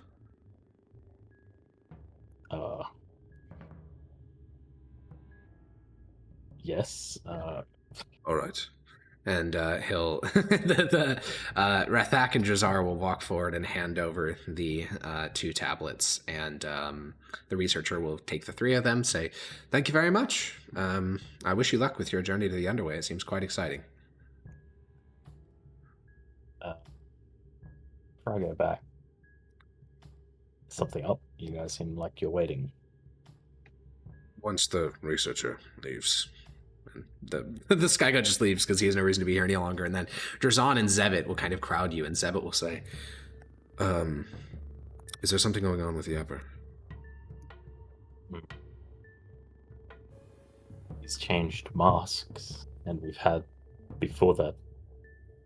He tried to We were order us to talking- give him the tablets twice. Well, once he tried to order us, the second time Drazon claims that he was sitting on the side of the pathway crying. I can't confirm that, by the way. That's just what Drazon says. I would check out with... He's wearing a mask that seems to make him pathetic and weepy. Oh. Zebet will frown, and Overon the Whip Priest will say, Master, I think they are moving against you, or at least this Yapper is. It seems that way, but he's a step behind. I trust you guys. This council, I don't think it serves us anymore. We'll be falling in with Munch. Yeah, I mean, 5 sets of loyal eyes watch you, and, Zebet has never really talked to you much about Dominus, but it seems as if in the background, speaking with the other 3, he has taken his faith a lot more seriously than he did at the start of the game. And Koveron, the Whip Priest, will put a hand to his chest and say, My life for Dominus. And the other 4 will all salute their chests as well. Munch is the strongest of us. It's right that he should lead. They'll nod. And then I'll leave. Okay, you depart. Your fanatics given a little more dose of their messiah, and you make your way down to the lowest level where the rest of the council is waiting. Blam, roll me an insight check. Hiss too. Blam and Hiss, both you roll me insight checks. Yeah, something's going on here. 14. All right, that's not bad at all. bad. Did I see this happen? Well, no, this was about some things that happened earlier. Roll me a insight check. No, his head was facing some elvish porn. He's just absorbed. So yeah. Blam, as you're waiting for Mardak to come back, so unfortunately you are just reading your smut while all this is happening. But Blam. What's happening?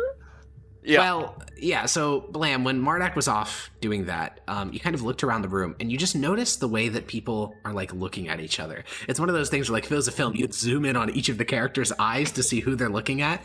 Rathaclick is looking at Munch. Munch is looking at Yapper. Yapper is just looking down at the ground because he's fucking depressed. And you notice that multiple times this morning, Rathaclick has asked Munch for permission, which he's done in the past as well, but never so consistently as he's doing now. And even Mardak seemed to look at Munch for permission a couple of times. That's normal amongst the bugbears of the tribe. That is not normal amongst the hobgoblins.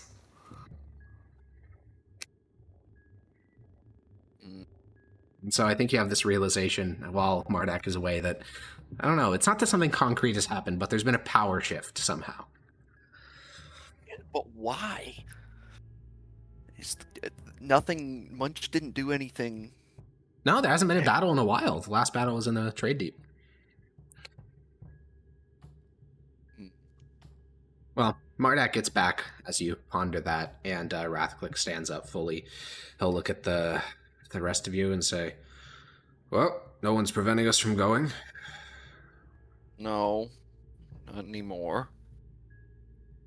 Quick glance at you, Munch. Ready? Let's go. Well, not. And the 2 Skygut guards that were guarding the entryway to the zip line, they had no reason to even stop you in the first place. So they'll step aside and you guys can walk through. And instantly, wind starts to hit your guys' hair because you are at the very tippy bottom, the very tip of the spire. There is nothing below you except for air and then a very long drop to stone. However, there is a single zip line which can hold way more weight than any of you. It could probably hold like an ogre. It is very sturdily built. That will lead you down to a platform that's several hundred feet in the air. Then you take another one, another one, another one, and another one, and finally you get down to street level. And you just need to have some good upper body strength, or you will die horribly because there is no harness. So I think Rathaclick will kind of step up to go first, but then he'll pause and look back at you, Munch. I will go first. Okay, you grab the handle and... I say that exactly. Fuck, I was gonna ride you. I don't think my I wasn't gonna ride you. 30. Yeah, I mean, you guys can ride him if you want. You can climb up on his shoulders. Hands are on the zip line. Yeah. I will extend an arm to both Hiss and Blam. Ah, yes, thank you. Yeah. Yeah, the two of you guys can scramble up. Mardak, you can go, and then Rathaclick will look back at you, Yapper. Do you need to hold on to me? You might hurt me. No, I won't. Oh. He'll reach down and just kind of grab you like a child and put you on his shoulder. He flails his arms. He'll put you on his shoulder and then like squeeze your midsection really tight and say, "Stop! Just hold on." Oh, it's a little. Grab the zip line and whee! All of you guys can zoom, zoom, zoom, zoom, zoom, zoom, zoom, zoom, down the various rungs, and eventually you get back down to street level in this cavern.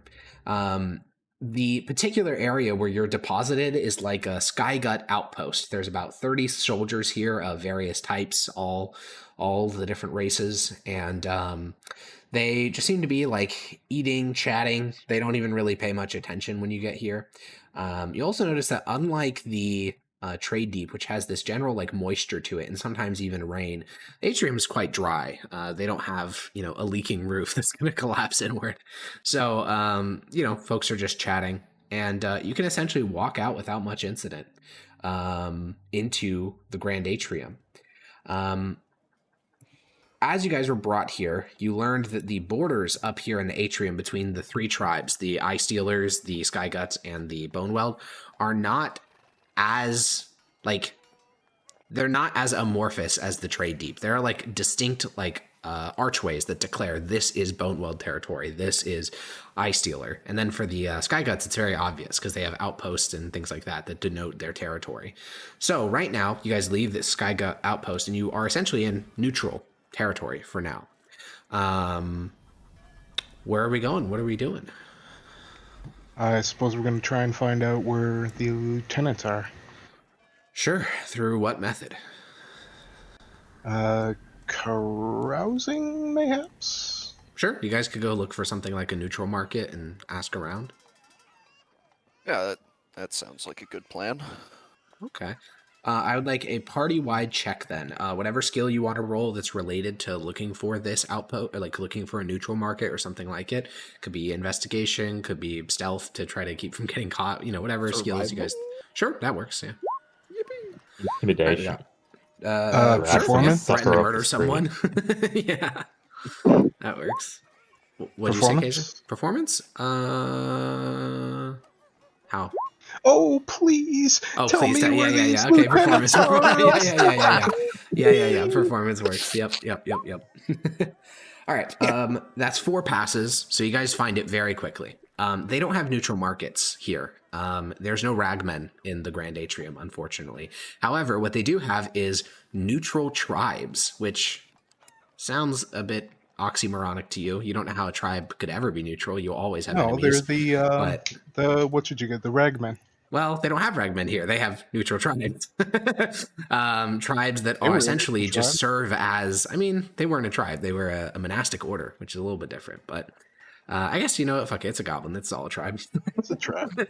Yeah, so they have neutral tribes then. And these tribes essentially have like businesses and establishments that offer, like they have taverns and inns and bars. And you guys can find that there are dozens of them. In fact, there's like a buffer state almost between every major tribe of the Grand Atrium.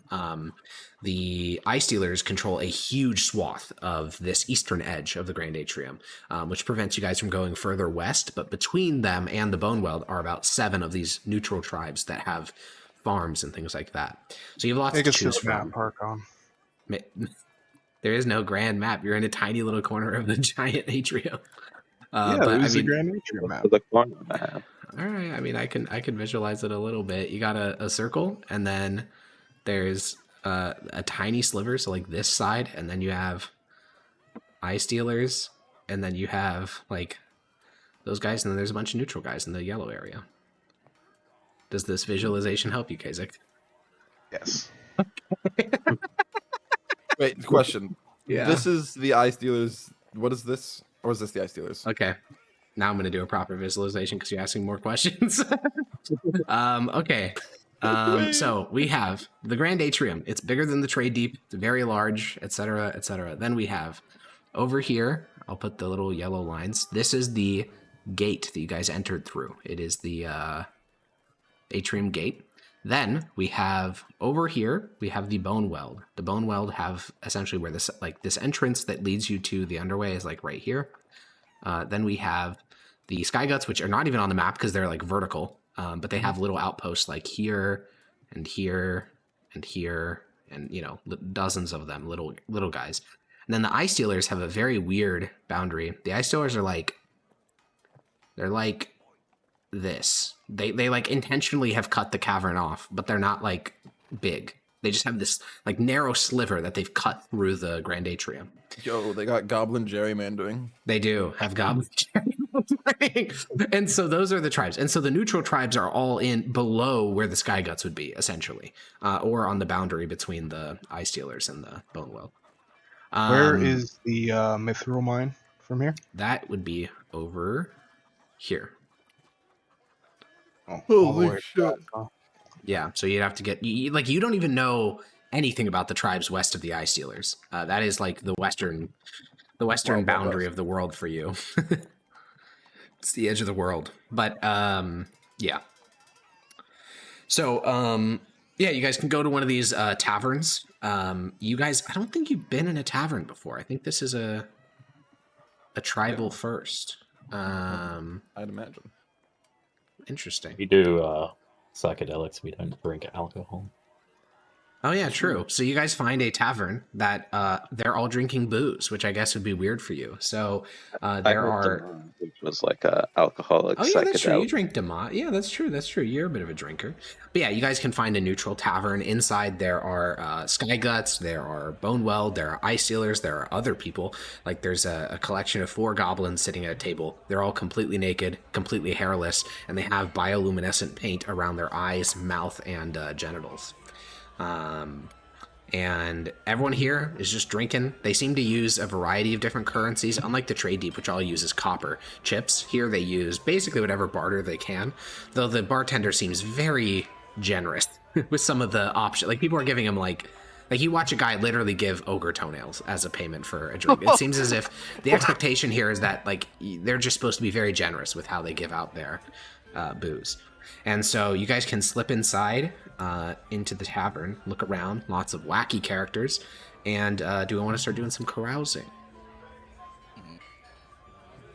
I'm just gonna leave that to the I'm 5 gonna- of you. Sure. I'm gonna go see what I can convince the bartender to accept as payment. Yeah, you walk to the bartender. It is a large bugbear man, though he is the most civilized bugbear you've ever seen. Like he has clothes on. He doesn't look like he wants to eat you. And as you walk over to the bar, there's like a series of steps that are 4 goblins so they can get eye level with the bar. And he'll look down at you and say, "Hello." Hello. I'm a bit confused on the rules here, because I saw that guy give you a coin, and then I saw that other guy give you some toenails. Yes, you simply must offer something. We maintain ourselves through the generosity of others. Oh, I see. Okay. I have these candles. Is that Quaggoth? I'll put 5 of them on the, Alex, these are the candles I've had since the very, very beginning of the campaign, so That's I not would assume... Quaggoth fat. That's human. That's goblin fat. They are made of fat? Thank you. And he'll take the 5 candles, and then he'll put down a large tankard that's like as big as your torso, filled with some type of brown piss-colored liquid. We'll give it a sniff. It smells Brown not piss? good. It kind of Ooh. yeah, I know. This like dialysis, like you need dialysis piss. Yeah, you give it a sniff and it singes your nose hairs. It smells like I don't know, like burning chemical. I'll give it a sip. Make a Constitution saving throw. Oh, God! Okay, that's bad. I don't have It's a good drinkable. constitution. It I is got- the flavor, not the poison. It's not like it instantly poisons you. It's just the flavor is Yeah. so overpowering, alcoholic, and you've never even had alcohol. So the result is instantly you just spit all over like the counter, and you can see that you're not the first person because this counter is covered with like a literal layer of like spit and liquids, essentially. And so you just like spit take all over the counter, and the bartender moves on to someone else.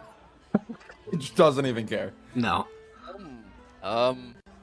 Experimentation time. I think the best way of movement would be like waddling with this Indeed. keg-like object. Yeah. I'll go over to Munch. Yeah, you wander over to a kind of long bench-style table. Munch has occupied one end of it. Wrathclick is sitting across from him, and you like literally cannot get up onto the bench while holding this thing. So you just look up at Munch. I'll like palm Blam, just like pull him up with one hand. There we go. Thank you, Munch. Here, try this. And I'll like hold it up with both. Yeah, my hands. not even second guess. It's just going in my mouth. Yeah. Now, Constitution saving throw. Right. I'm pretty good at those. You are. Probably do a bit better. Yeah, listen, Munch, you put literal rotting meat inside of you. Alcohol isn't that crazy. Yeah, you drink it, it burns a little bit, but it's fine. Strange. I haven't had anything like that. Yeah, I spit it all over the bar top when I had a sip. Why? It's a bit much for me. Smells like Demont. Demont? He gestures towards Hiss, sitting beside you guys. He had some in the trade deep. I took a sniff of it. Eric's, when I was exploded, I assumed my Demont bottles would have been exploded too. Indeed. When you literally fucking died, yeah, you launched Demont bottles. No. Well, I'll leave that with you. I only paid 5 candles for it, so I'm not too broken up about that. Hiss, come along. Let's go talk to some people. All right. Yeah, so just to zoom out, it sounds like Munch, you're just gonna hang out with Wrathclick and let the underlings find information. Okay, cool. Then, Mardak, how do you want to gather information in this bar, or do you just want to hang out with Munch and Wrathclick? I'll do some work. Okay, what are you gonna do? What's your approach, your strategy? Alright. I want to find some weaker looking people and just try and strong arm them into giving me information. Okay, sure. Find Okay. like a weak ass goblin bone. I'll add that to the mental stack. Anyone that looks a bit Yapper. old or a bit What vulnerable. Sure, yeah, old. Yeah, Yapper. What's your strategy gonna be here, or are you just gonna chill with Munch and Wrathclick? Yeah, he's acting all pathetic. He'll approach some bone weld and be like, "Oh, please, do you know where these lieutenants are? If I don't find out, people will beat me." Okay. Yeah. So we have, and then Hiss and okay. I guess we'll resolve Yappers first. Yapper, it's easy to find the bone weld because they wear bones as armor. It's a pretty distinctive look. No one else has it. And so you find this table of angry looking bone weld. Like they're like not just angry in general, they're specifically grumbling to each other like something recently pissed them off. They're all very big warriors. 2 of them are hobgoblins, one is a bugbear. And you walk over and you say all this, like sniveling, half crying. The older one, like the big old bugbear, like streaks of gray running through his immense body, he will just look at you, extend a hand, and grab your head. What? He's flailing around like a muppet. What do you want? I just need to find. What was their names again? No, not Magog and Kablizzit. Oh yeah, what's complicit? You got I it. need to find Kagog and Kablubut. Roll a performance check. Kagog and Moblizit. Yeah. See Kagog Moblizzit to like bone weld. She welds my bone to my Magog's Kablizzed. Pretty. Yeah, you just start sobbing, and you know, Yapper, it's been so long since you inhabited the Weeper for a long time that you forgot just how effective it was against the goblinoid psyche. There is something in the goblinoid mind that when they see someone completely servile to them, it just makes them a lot more friendly than they would be otherwise. Like the slightest level of challenge would probably make them be a lot more defensive, but just because you basically roll over and show your stomach, you're just like crying and flailing, the bugbear just like sets you down and says, you say you'll get in trouble. They'll beat me senseless. One of the hobgoblins says, "Well, what if we beat you?" And the bugbear waves his hand and says, "No.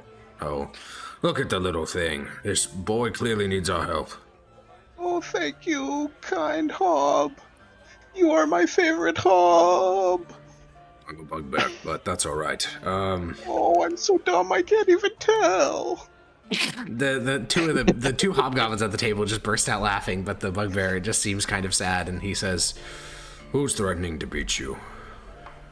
Oh, Sky Guts above. That's terrible. Well, you said Magog and Kablizzard? Yes, I think that's their names.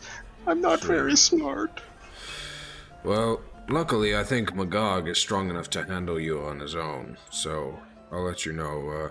The two of them are working as flencers. They have their own slaughterhouses. Oh, thank you, sir. Where might I find them? He looks at the two hobgoblins. One of the hobgoblins is looking at this bugbear like, what the fuck are you doing? Like, why are you doing? Like, why are you telling this guy this? Like, the hobgoblin will even reach across the table and say, "Kakik, why are you telling him this? We should be beating him ourselves, not giving him information." The bugbear just like kind of shakes him off and says, "Who's the big one here?" And the two hobgoblins kind of quiet down. "Clearly, the Skyguts are trying to get information from him. So we tell them where Magog and Kablizzard are, and then we don't have less people that we need to beat to get up." The other two hobgoblins kind of nod, seeing the logic. Take out the competition so you don't have to do it yourself. And the bugbear will look at you and say, "Magog, he is near to the entrance to the underway, 2 blocks over. It's called the Vicer's Flencers. Do you have that in your mind, little one?" The Vice's Flencer, thank you Yes, so and much. Kablizzard. I'll hug him. He really wants to kick you, but he prevents from doing so. And he says, "And Kablizzard, he has his own Flencer, Kablizzard's Fencer, and he's several blocks away. North, south, east, west, South from where? us." Thank you. Can I get you gentlemen drinks? "No, go tell the Skyguts. Okay, thank Tell you. them I'll run out of the bar. tell them that Kablizzard." I'm already run. And you sprint away. Just patter, patter, patter, patter, patter. Arms flailing. Dude, it's such a powerful weapon against the goblin psyche. Just being completely submissive. Okay. Hiss and Blam, you said, or you guys are looking for interesting characters, you said, right? I have something else I need to do before that, Sure. though. Sure. Yeah, so I pull Hiss away from, fucking Munch and Rathaclick, Yeah, and then make sure that I'm out of their eyesight somewhere. that's very easy. This bar is super loud and filled with people. Hiss, have you been noticing something is going on with, like, Munch and Rathaclick and Mardak?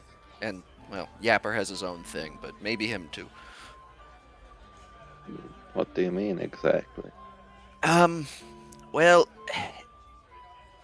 Rathaclick and Mardak seem to be deferring to Munch much, much more than they used to. Is in like constantly asking his permission. If we're about to go somewhere, they'll look to him to set off first. There's been a dynamic shift, and I have no idea what caused it, but it's definitely there. Something is going on. I know Munch has taken the role of pseudo big one for quite some time. You know. Yes, but there's been a distinct shift, because before, he would always say that, and then I don't know, I hit him on the head with a cane or something and he'd figure himself out. But I do not think that would work now. I think he might actually eat me if I tried to do that the next time he claimed to be big one. No. It seems like there is a power grab occurring. Well, why would Mardak and Rathaclick defer to Munch? Wouldn't they want Mardak to be the one? Since they're hobgoblin. I think, well, Rathaclick, he's always been a bit skeptical of the oh fuck, I forgot the word. of the council system. He's always been, an avid denier of it. And so Munch would then, in his worldview, be the obvious choice. And I think Mardak is just going along with that. I have no clue if this is just something they're doing, if it's actually planned. I have no idea. But there's something iffy going on here. Yeah, we should be aware. Do you have any idea what we could do about it? Well, see, that's the thing. You all already know that once the tribe leaves, I am not going with it. So, if I'm being honest, it's not really my problem. I wanted to let you know so you could make your own decision regarding potentially staying here or going, and just being aware that the council may be no more somewhat soon. Yeah. Could always just stay here.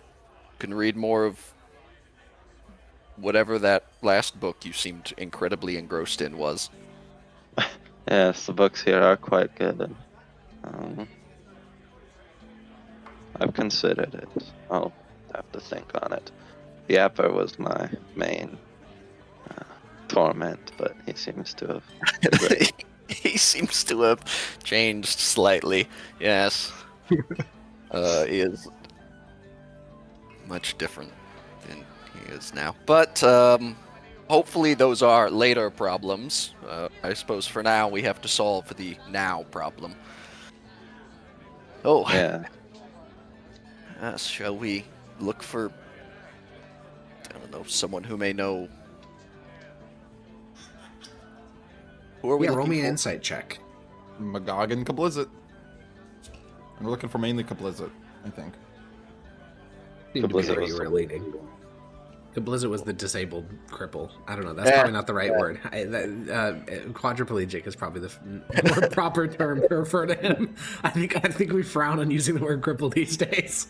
Well, I don't know what the ignore word the is. recording of us saying it like 40 more times. Yeah. Well, listen, it's not like a slur. It's just frowned on. Insight check for Blam and Hiss. Hey, give it like 40 years. Oh no, they're gonna get me. Okay. Blam, insight?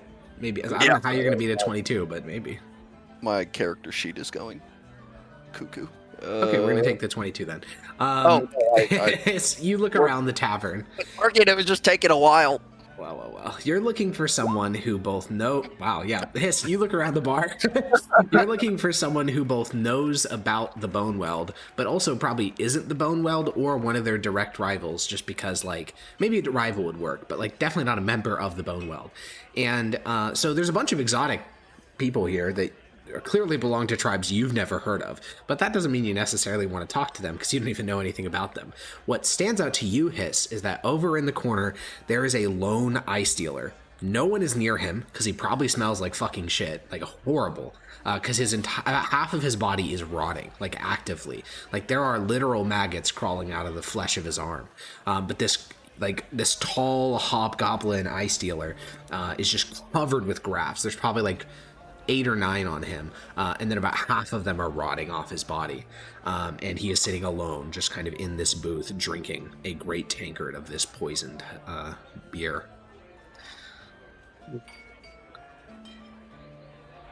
I'll point him out to Blam. Yeah, it's worth a shot, I suppose. He isn't invested in Bone Weld. Perhaps I could add for information. Yes. You guys walk on over, you weave through the legs of several other patrons, and then you hop up into the booth, and you couldn't really tell much of the features of this creature before you approached because so much of it is grafted over. Man, woman, age, all of that stuff really eluded you. You only knew hobgoblin because of the general size. And the eyes kind of turn to you, Blam, as you get into the booth, and you're kind of expecting maybe a low, gravelly voice or like the voice of some loner at a bar, but the eye stealer looks at you and says, "Hey." Hello there. Sorry, that startled me. Hi there. It's you. My name is Marantha. Good to meet you, Marantha. I'm Blam. He'll hold out a And- massive hand covered with maggots. Maggots, man. I'll shake it. Yeah, you shake it, you squish a couple. She shakes your hand really fucking hard, like it hurts really bad in your socket, and then she releases your hand. Ow. Ouchie. It's so nice to meet new people. Do you not meet any new people? No. Yeah. She that- smiles, and you see that beneath, at the tops of some of her sharp, pointed teeth, little worms are kind of wriggling along her gums. So when we making out? That's disgusting. Eric, how many mushrooms do I have growing out of me at this point? given my- Only 3. Still only 3 damn. Only 3, I know. Were you gonna? Were you gonna like give her one? Like a. Might I like a offer you a flower? mushroom in this trying time? I was gonna throw one away. You know, she's I mean, got you maggots. could be suave. You could offer her one of your mushrooms from your chest. Yeah, sure. Let's do it. Yeah, you reach under your ragged tunic, you kind of pop off one of the mushrooms. Your entire chest hurts after you do that, but you try to play it off like it's cool, and then you take the mushroom out, and she looks at it and says, "Wow, you just picked that from yourself. I did. That's crazy." It's not crazy. It's polite. You're so silly.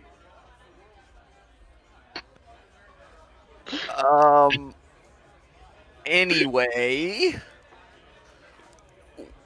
we are looking for some information on the whereabouts of someone.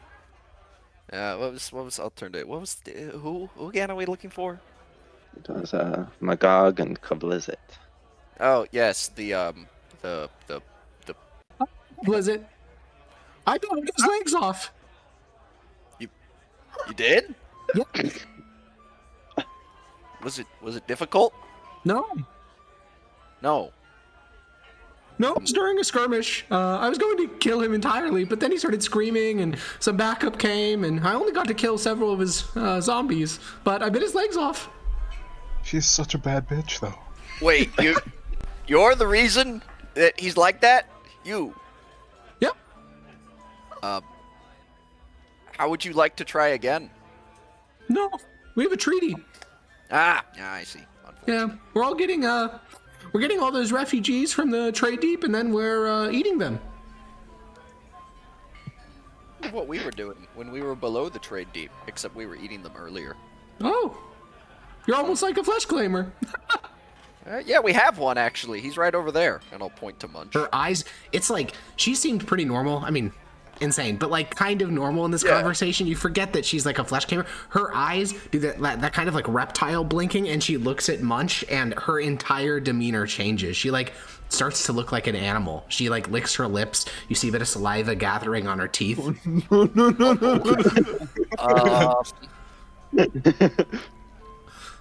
What's his name?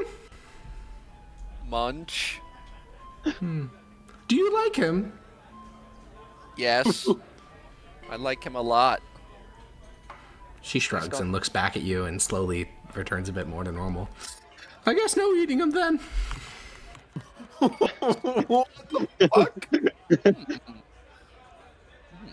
A solution to the potential problem. Munch, big one. A solution to the Munch problem. Yeah, we'll put a pin in that actually. But that's not why I'm here. Where does this Kablizit frequent? What? Oh. He's Do a you have any- fencer. He's a what? A fencer?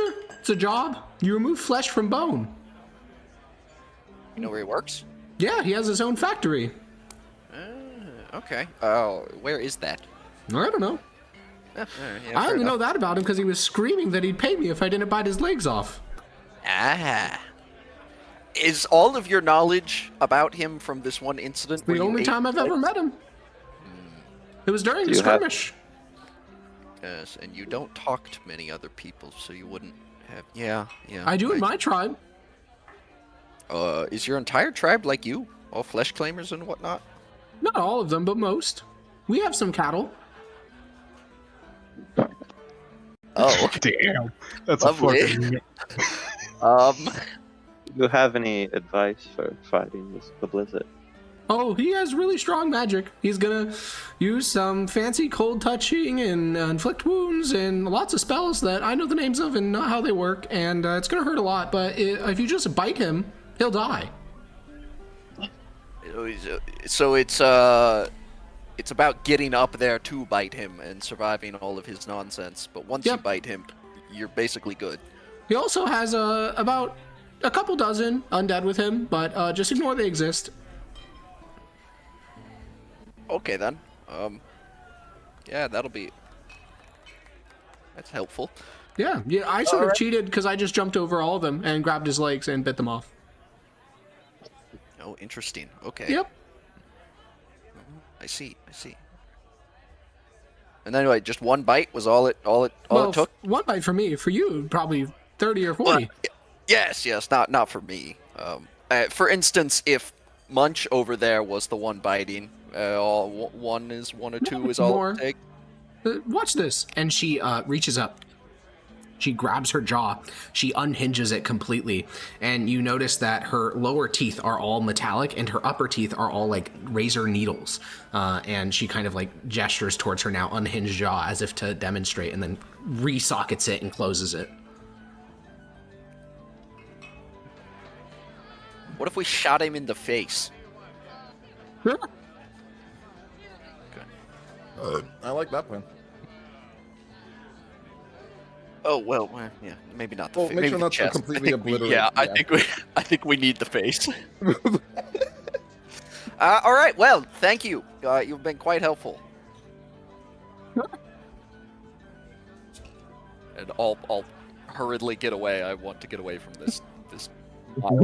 Yeah, she doesn't ask for any payment or anything like that. She just enjoyed the company. And Hiss, do you give the mushroom before you leave? I thought I already did, yeah. Oh, okay. I just knew you plucked it. But yeah, you can hand it to her and she'll say, wow, that's really thoughtful. Yes, of course. Thank you. Do you want to be a cattle? Oh, yeah. No, thank you. Let's go. I appreciate the offer. Okay. You slip away into the tavern. And I think the last one we have... That was terrifying. I think the last one girl, we I just have... want you to ride me. Jesus Christ.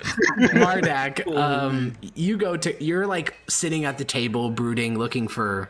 You're sort of a Batman moment. You're like, who can I, wring the secrets out of? And as you're thinking of that, Yapper kind of sprints over, hops up onto the bench, having acquired the information from the others, and Blam and Hiss all come back. So, like, Mardak, you haven't even picked your target yet, and all the goblins come rushing back. Oh, they both have flenseries. One is a couple blocks to the south, the blizzard, and the other... It was, west, right? Hmm? The other fluncers was west. Magog was right next to the... Magog's was west of the tunnel to the underway, and then okay. Kablizzit's is south of where you currently are. Magog's was further toward the tunnelway west of it. Couple blocks. We got some nifty information on Kablizzit. Munch, you see that nice lady over there? I'll point to. Sure. Yeah, she's the one that bit his legs off.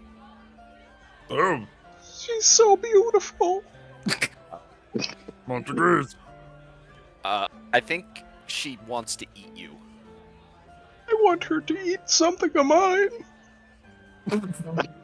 The click will just reach over and flick your forehead, and it just like clangs against your mask. Yeah. Rathaclick will glance at Mardak. Do you think it's worth still seeking someone to interrogate, or do you think the goblins got enough? Seem to have gotten everything we need. I was going to ask about their schedules and more concrete information, but Seems we have most of what we need. Do they work alone in these factories? She didn't know anything about that. All she knew was details from the one skirmish where she bit his legs off. Her advice was to bite him. Munch, you shouldn't look now, but he is looking at you very hungrily. She wants to eat you. She asked me if I liked you after I mentioned you. And then she said, okay, I'm not going to eat him. He's looking at you right now, Munch. Perhaps we should leave. He is Perhaps. somewhat strong, from what I gathered. Some drool coming Let's out. leave. But I do see the Munch does see the appeal. Flesh crafters get better grafts from another flesh crafter. Maybe She you could asked eat, us if we wanted to be cattle. I don't think she's very socially adjusted. No, unlike Munch. Honestly true, actually. Yeah, you all stand up and go to walk away, and Munch, you can feel someone staring at the back of your neck. Do you look back? Do it. Yeah, I look back. You glance back over your shoulder, and, Hiss and Blam talk to her pretty normally, but looking at that face, it triggers your fight or flight instinct, because that's not the face of, like, I want to have a conversation with you, it's not a sultry look, it is I literally want to devour you. I'm a wolf and you are a rabbit. I want to consume you. And, it is horrifying because she has more grafts than you. She is bigger than you. She has more armor. She is just a superior Fleshclaimer to you in many measurable ways. And half her body is rotting, and it doesn't seem to be hurting her, which means she's a very high-level Fleshclaimer.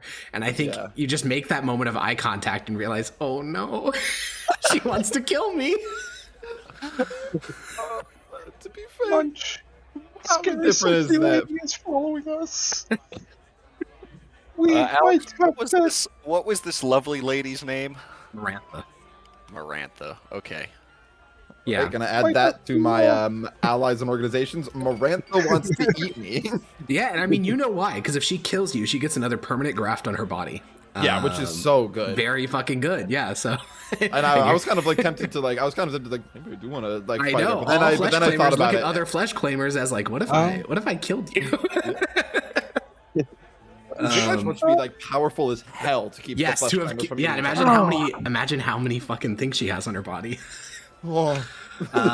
Yeah, the six of you leave the bar, and Is there an upper limit to that? What? nope. How does it? Fleshclaimer. I don't think There are is. limits without the normal mechanics. Yes, there's lots of limitations, but if you keep killing other flesh claimers, yeah, you just get a new permanent graft every single time. Yeah, there's a 10th and 18th level permanent integration, but then just another Fleshclaimer is just more and more. Yeah, it's a form of She's permanent still progression. Wait, No, she question. never left the tavern. Oh, okay. Wait, does that mean like the cattle are like people that they train to become Fleshclaimers and then eat them to get another permanent graft? It would make sense, wouldn't it? Oh, that's fucked and awesome at the same time. Add in all the hook rats. That, Dude, you could join the up. eye stealers. You could join the eye stealers. Dude, Oh, hopefully not as cattle. Well, you're pretty low No. level. Yeah. Yeah, so the six of you leave. You know where both your targets are now. They both have flenseries, which are places where you remove flesh from bone. A fun little fact about this word in real life is it refers to the separating of blubber from meat in specifically the whaling industry, which is pretty similar to what they do in the bone wealth when they get new bodies. So, what do you guys want to do? You know a lot more about Kablizzit than you do Magog. Can we take a fiver real quick? Yeah, we can take a quick 5-minute break. We'll be right back with more for the tribe. Right back. Yeah. Bye-bye. Munch. You are walking down the street away from this tavern, and the others are talking about how you're going to go after Kablizzit, or perhaps going after Magog. And roll me a perception check. Oh no, I'm gonna get fucking murked. He did follow you. You look over your shoulder, and For a moment, you had thought you were being followed, but you're able to finally let the paranoia start to leave your body. You're not being followed. You're fine. Surely. Don't fucking say that. Well, if you, with a roll like that, to not see them, they'd have to be invisible. I know Yes. there's a graph for invisibility. I know there's a graph for invisibility. So anyways, are we going after Kablizzard or Magog, guys? Uh-oh. I know But I the gave her a Predator's Veil mushroom. exists. I gave her a mushroom. I wish Wait, she attacked hold my on. You hate to see it. So, Kablizzard or Magog, and if we picked one, how are we going to get there? Because they're both within Boneweld territory. Are you just not bringing up the fact that you're He's not being being followed, though. stalked by Invisi bitch? Yeah, no. I see the thing is, I look behind. I didn't see it. Munch didn't see anything. I'm suspicious. Me, player, is suspicious. Munch not. We know more about Kablizzard, and from what I've seen, if you can ignore his zombies and magic, you can just kill him somewhat easily. Evidently, he's not all that well. He's also active. only a He's- few blocks away, Appa said. It would be easier to get through their territory that way. Oh, do you think we're smart enough to be Kablizzard? I wish I had the silence spell. that I could Oh, cast. me too. I have no spells. I'm so shitty. Yes, I rather like his simpering. it's annoying me. You should have a wider heart. You know this is the point, right? Like it's working. He's Wrath the Cleric loves everything that's shit. where did that one come from? I don't like the simpering anymore. Now I'm just confused. Yeah, see, success. I see through your stupid ways. Oh, I'm so transparent. He collapses and cries. So, yeah, what are we Think doing? Kablizzard's the right option. Don't have to travel far into Boneweld territory. Plus, much believe we have better capabilities to defeat Kablizzard. How do we get through Through the army or through the territory? the territory? Yeah. Yes. Could ask. We would. But posed as a necromancer. I don't have. What was that I don't hiss? have this. Didn't we receive a letter saying they would kill us if we approach? Did we? Well, the Sky Guts claim to have received it on our behalf. They could be lying. They were That angry was- that we did not pick them. Yes, they were. This factory presumably transports large amounts of stuff in and out. They need a way of doing that. And I don't imagine they sell it exclusively in their territory. I do not imagine they're selling anything. Based on what the goblins and you described, they are turning bodies into bones. That seems a thing the bone world would need. Hmm. Okay, well, the bodies have to get in somehow, and I would Agreed. imagine. And We I would compose imagine they as- get a lot of the bodies from outside of their territory. Recompose as some of the migrants from the trade deep coming up. Oh, The ones I that would are just- being allocated to the bone world. Most likely they're delivered to the factories, are they not? Agreed, but that would mean we'd have to get back to the gate, which means we'd have to sneak past one of the most heavily guarded areas in the whole deep. Let's join the Wrong way. migrants on this I side of have- the gate. I think they would I had a notice great- you stand out. I have a good idea, except I need time to prepare if we're doing it. If we need time, then we shall take time. There is no rush. How much time? Okay. It would be a week. 10 minutes. We need clerics. We would need time to allocate our spells to a new. Yes, yes. I do That not is think a- the Sky Gods have put a time limit on us. Oh. All right. We have. 2 spells that might let us pose as necromancers. Animate dead. Just putting this in chat. Like, we can have... this is obvious, but this one is less obvious, I think. If we were to pose the non-booyargs among us as dead bodies that we're taking in, we could smuggle in Munch and some other fighters with us. I have animated. While we walk in flanked with skeletons and such, if we can find the bodies. 3 roving necromancers looking to join the bone weld, bringing with them a number of corpses. It could work. Yes. Yes, I like that idea quite a lot, actually. And since you give us a week, me and Munch could hunt some others, tribeless people, in the atrium, gather together some more bodies to make it more convincing. Yes, yes. I like this idea. I like it a lot, actually. Once we get in there and we reanimate the people we famed, they come alive and it's on. And then we will also have the dead under our control to help us. Very true. Yes. Alright then. This is good. Seems like we a week. return to the Sky Guts and ask them for a week. Yes. Should we even ask, or should we just do it Take to a week. see if They they said- even notice? They said we could hang around as long as we need. They did. Let's test that generosity then. Alright then. Okay. You guys begin to return to the Skygut Towers. As you guys are walking back, Rathcliff will kind of fall in line with you, Munch, and say, in these neutral territories, I do not see any central authority. It seems as if these places only exist as temporary halfway houses for the various tribes that hold to meet. Perhaps we and some of the bugbears could launch a raid against one of them to acquire some more corpses for our ruse. It is possible. Though, I did see many members of the other tribes. If we attack them, I do not believe the other members of their tribe will look kindly upon us, such as the Bone Wells and Eye Tribes that are Stealers. west of the Eye Stealers, then. We know nothing of them. That would be good.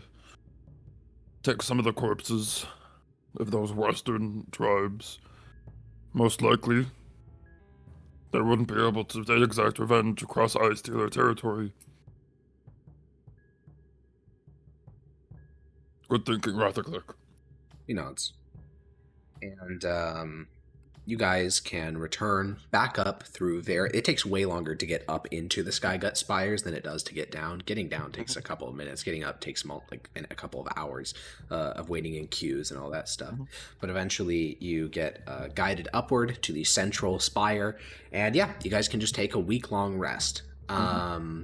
So we're going to start by just asking what people want to get done over the course of the week. So we'll start with Yapper.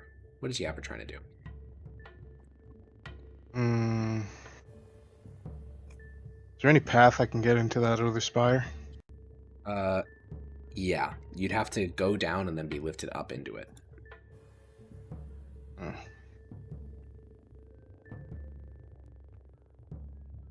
I guess I'm just learning about magic from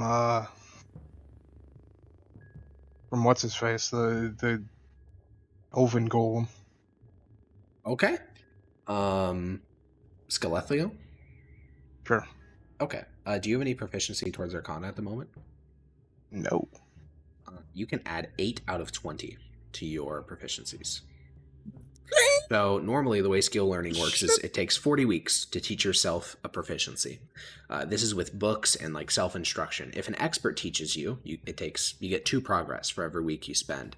In this case, you are a goblin, so it's only 20 weeks. And then you are also being taught by an expert that is world class, has literally been teaching specifically goblinoids magic for thousands and thousands, well, teaching humanoids for thousands of years, teaching goblinoids for hundreds of years.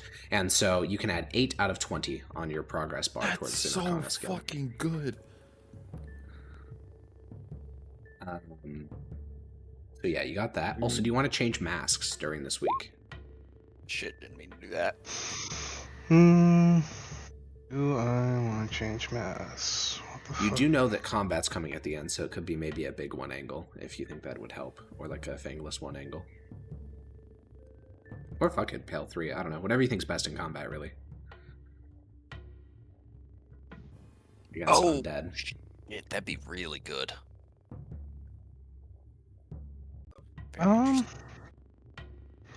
Get back to me on this. I gotta think about it. Sure. I'll let you think about that. So that's what you're doing for the week. You're speaking with Skelethliel. Blam, what are you doing over the course of the week? Obviously, you're relearning some spells, but yes, changing out my spells a little bit. I'll dive deeper into just my little medicine side quest, attempting to actually.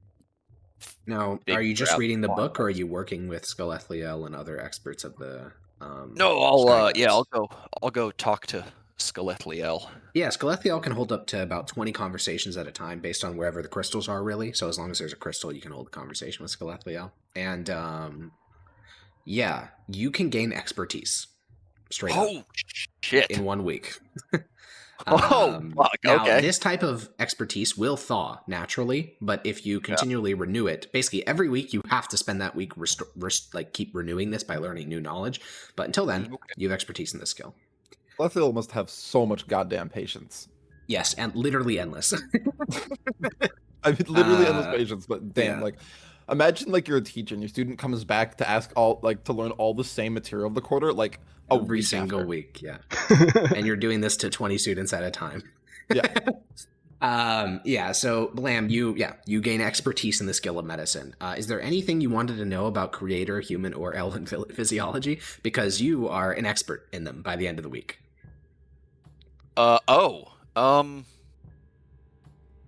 In their physiology. Yeah. Their bodies. Why do elf have so many bone? Elf have so many bone because in human born with many bone, but bone fused together as human grow up. Elven bone never fused together. Elven bone all very soft and gentle and could easily be broken. Elven bone almost like elven bone from place where air is not as heavy. I forgot about the thing where they're from space, Lore Drop. That's right.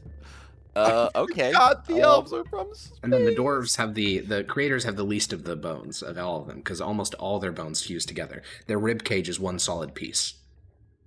Oh, it's like is it? There's like not gaps. No, there's not. It results in horrendous immobility and also congenital heart problems, but and lung problems and like kidney problems and all the problems really. But it also makes them squat little tanky motherfuckers. Yeah, they are sturdy and live a couple centuries. Yeah, longer than humans. Are their bones physically stronger? No, it's still the same material. In fact, Skelethliel literally told you this word for word that you and all other species were created in the pale image of elves, but looking at this book, you can literally see it because like every organ that is in an elf is in all their creations. Even all the bones are the same. It's just like the alterations between getting from an elf to a dwarf is not as intense as it would look based purely on appearance. The internals almost all function the same. They have lungs, they have hearts, they breathe, they have blood, they cry, they need sleep. Like they're very, very, very similar creatures. Do the elves have appendixes? They do. In fact, in them, it actually has a purpose though. What's the purpose there? In your medical textbook, it's labeled as connected to the pineal gland in the brain and assists in dreams. Huh, and they just never hooked it up in anyone else? Nope, intentionally so.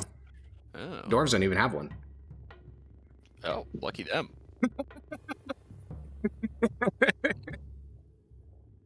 Yeah, so you learn a lot about mostly elven and dwarvish and human physiology. Not much on goblinoids because there's no pages on it. But you do learn that almost all your folk practices for curing diseases are not even that bad, all things considered. You need to be a bit more cleanly with your tools. That was a bit rough, but everything else you're doing was generally pretty good because the fungus served as like an instant diagnostic tool. You don't need to like tap their knee or whatever. It just tells you where there's dead flesh or bruises or anything really. So shout out to Crimson Fungus. Hell yeah, dude. Mardak, what do you want to do during this week?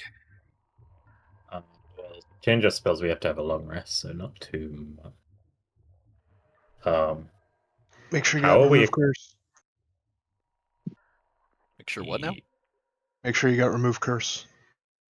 Oh. For the mask. I'll change my spells when we get to the end of the rest. How are we getting the bodies in the meantime? Is that the That's going to be Munch a Wrath of Click and Munch side Wrath quest. Click? Okay, cool. What am I doing? I mean, you could join them if you wanted. No, I have to have a long rest. I can't do Oh, it. sure. Yeah, no combat. I don't know. Nothing much. I guess I'm going to try and learn about necromancy. Actually, I'll try and learn about necromancy through this teacher thing. Your Skelethiel calling it a teacher thing is so funny. Skelethiel doesn't know that much about necromancy, actually. Not under that Loser. name, anyways. Okay, well, that's a shame. Yeah. When you explain what necromancy is, Skelethiel says that sounds like a worse version of flesh sculpting, so Skelethiel doesn't understand why anyone would ever do that instead of flesh sculpting. Base. Maybe it is a worse version of flesh sculpting. Maybe that's where it's from. Yeah, I mean, if you want to pursue that line of reasoning, you could find what books are on necromancy. Like, there's even grimoire. There are necromantic grimoires in the Sky Guts library, and so you could bring some of these to Skelethiel and talk them over with it.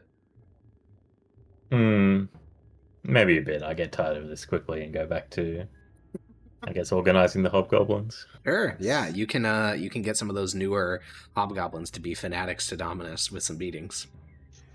Sure, we'll try and Nice. spread the. Yeah, that old The hook rat zealousness. merchant that like got you guys through, Drazak, you can lash him and bring him into the fold. Yeah, you spend the week torturing your fellow hobgoblins. It's lovely. And yes, you can show a necromancy book to Skelethiel, and they almost instantly make the determination that this is essentially a lower form of flesh sculpting that happened because of imperfect information. All right, I'm sure and then that would make Hiss. the Fleshclaimer. What are they called? The Fleshclaimers, yeah. Oh, the Ice Stealers is the name Fleshclaimers? of the tribe, yeah. Does it Ice know Seals. how- Very, very upset if they were involved with that. Yeah, probably. Hiss, what do you want Does to do over the Skelethiel weekend? know how to flesh sculpt? Oh, Skelethiel does know how to flesh sculpt, yes. How long would that take to learn? Well, you're all divine casters, so never. You could never do it. You get your magic from your gods. So, would I be able to get expertise in Arcana like what's his face did? Yes, yeah, temporary form of expertise, yeah. With temporary, and then would I be able to learn a language alternatively? Since there's You would not be able to learn a whole language. You'd be able to learn a decent chunk of one. even with Skelethiel's help. Even with Skelethiel, yeah.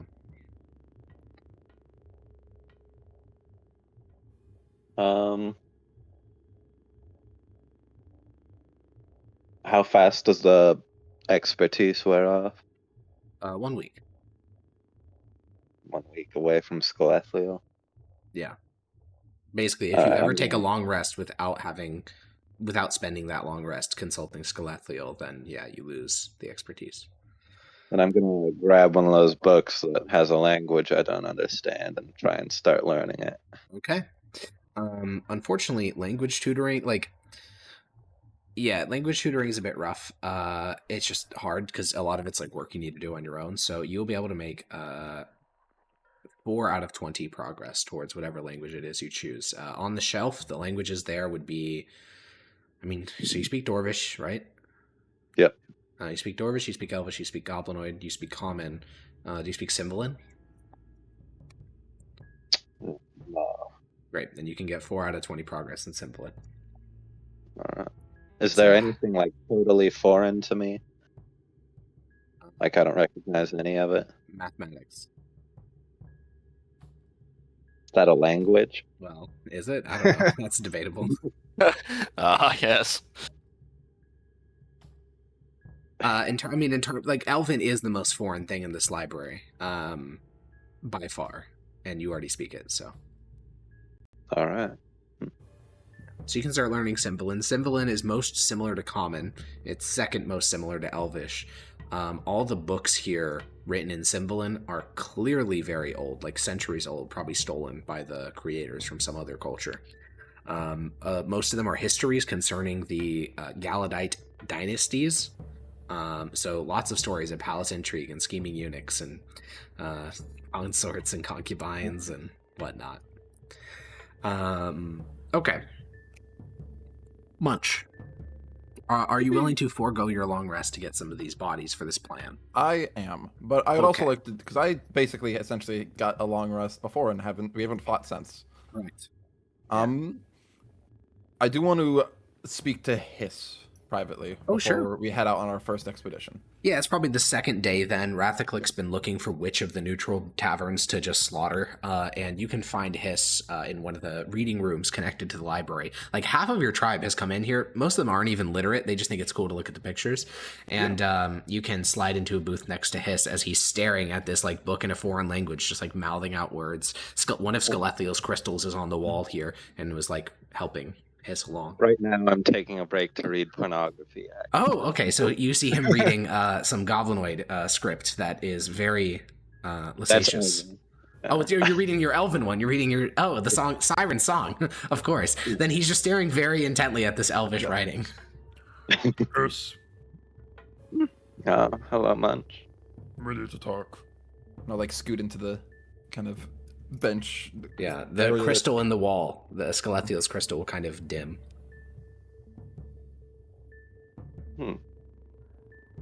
Okay, what is it? Some of the council members and I have discussed that the council itself feels weak. It has led to arguments and disagreements when decisions should be made in heat of the moment. Almost all of those can be attributed to Yappa. Munch agrees. Definitely Yapper. But the rule of strength, Munch believes to be more vital now than ever. Munch will be making a play to become Big One of the Bloodspores. I see. Munch would like your support.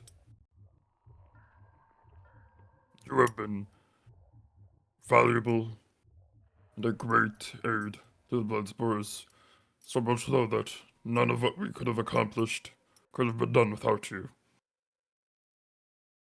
But strength has its place, and Munch would like you by his side.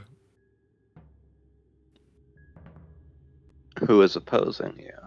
Or are you simply trying to convince all of the council? Munch would not want to oppose anyone. Any fighting between council members before this fight against the Bone World we will do would be bad. I think that's the point of the council, isn't it? The council has only been creating fighting. Why not simply kick Yapper off the council?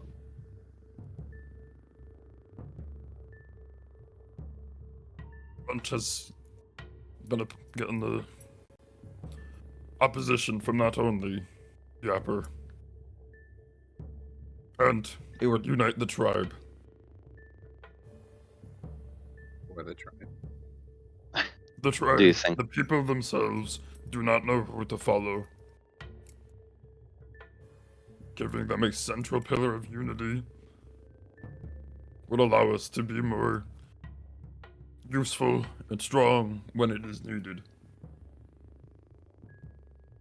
Do you think the hobgoblins would follow you, or it would just cause a war amongst our tribe between those who follow would. Mardak? Munch already has Mardak and Rathaclic support. They have agreed to join Munch. With that, Hiss will see the writing on the wall and say,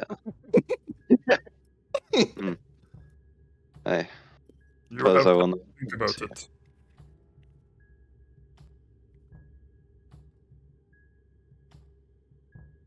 Okay then. Much wanted to let you know.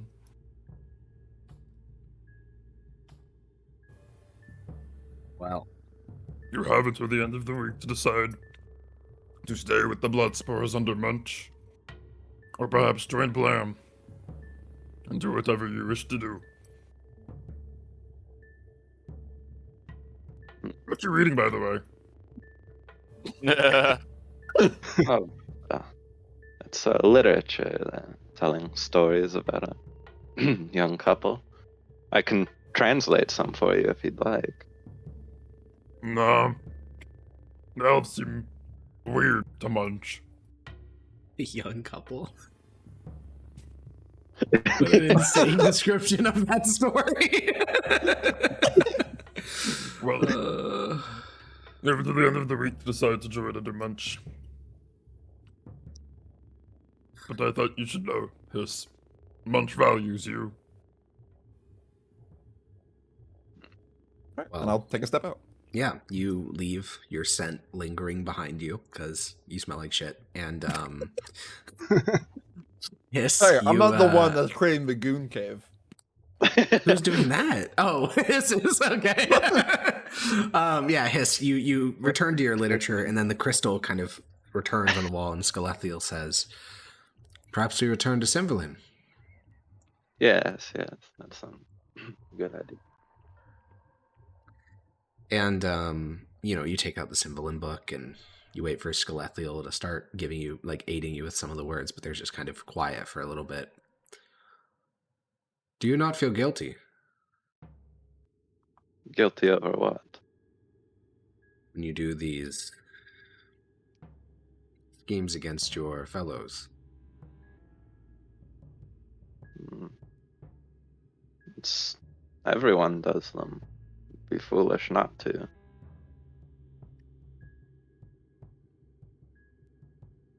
There was a field of study in the late Elven Empire. It was called game theory.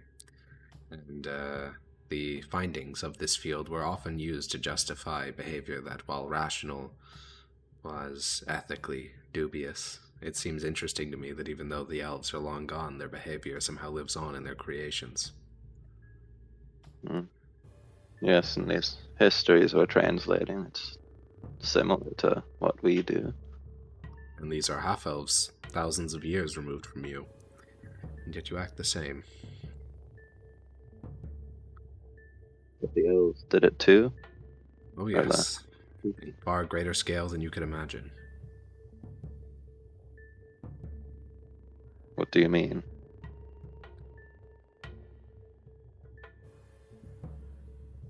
In the late Elven Empire, the plottings between one elven house against another did not merely result in a few dead retainers. It was wars between millions and slaves' armies. There was the deaths of vast swathes of life in the minor skirmish between two houses. So, larger in scale, but the same core idea that I must stab someone else before they stab me.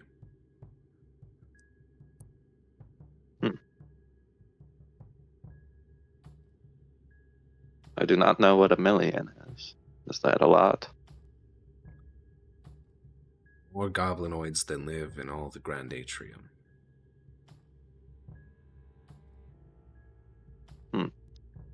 Wow. Either way, this word means to hunt. And then you return to working on your Cymberlin. And Munch, you have selected a crack team for your raid against the tavern. You shall be bringing Snarg, because he popped off at the barricade. You should be bringing Obrak, Vark, Snarg Vosh. is the fucking goat. He is, yeah. Karzik, Gorn, Vrash. This is your kill squad. And Rathaclick and a couple of the hobgoblins, Zebit mostly, have been scouting out the different neutral inns and taverns. And you meet with him in one of the many training halls held by the Skyguts. They don't use them much.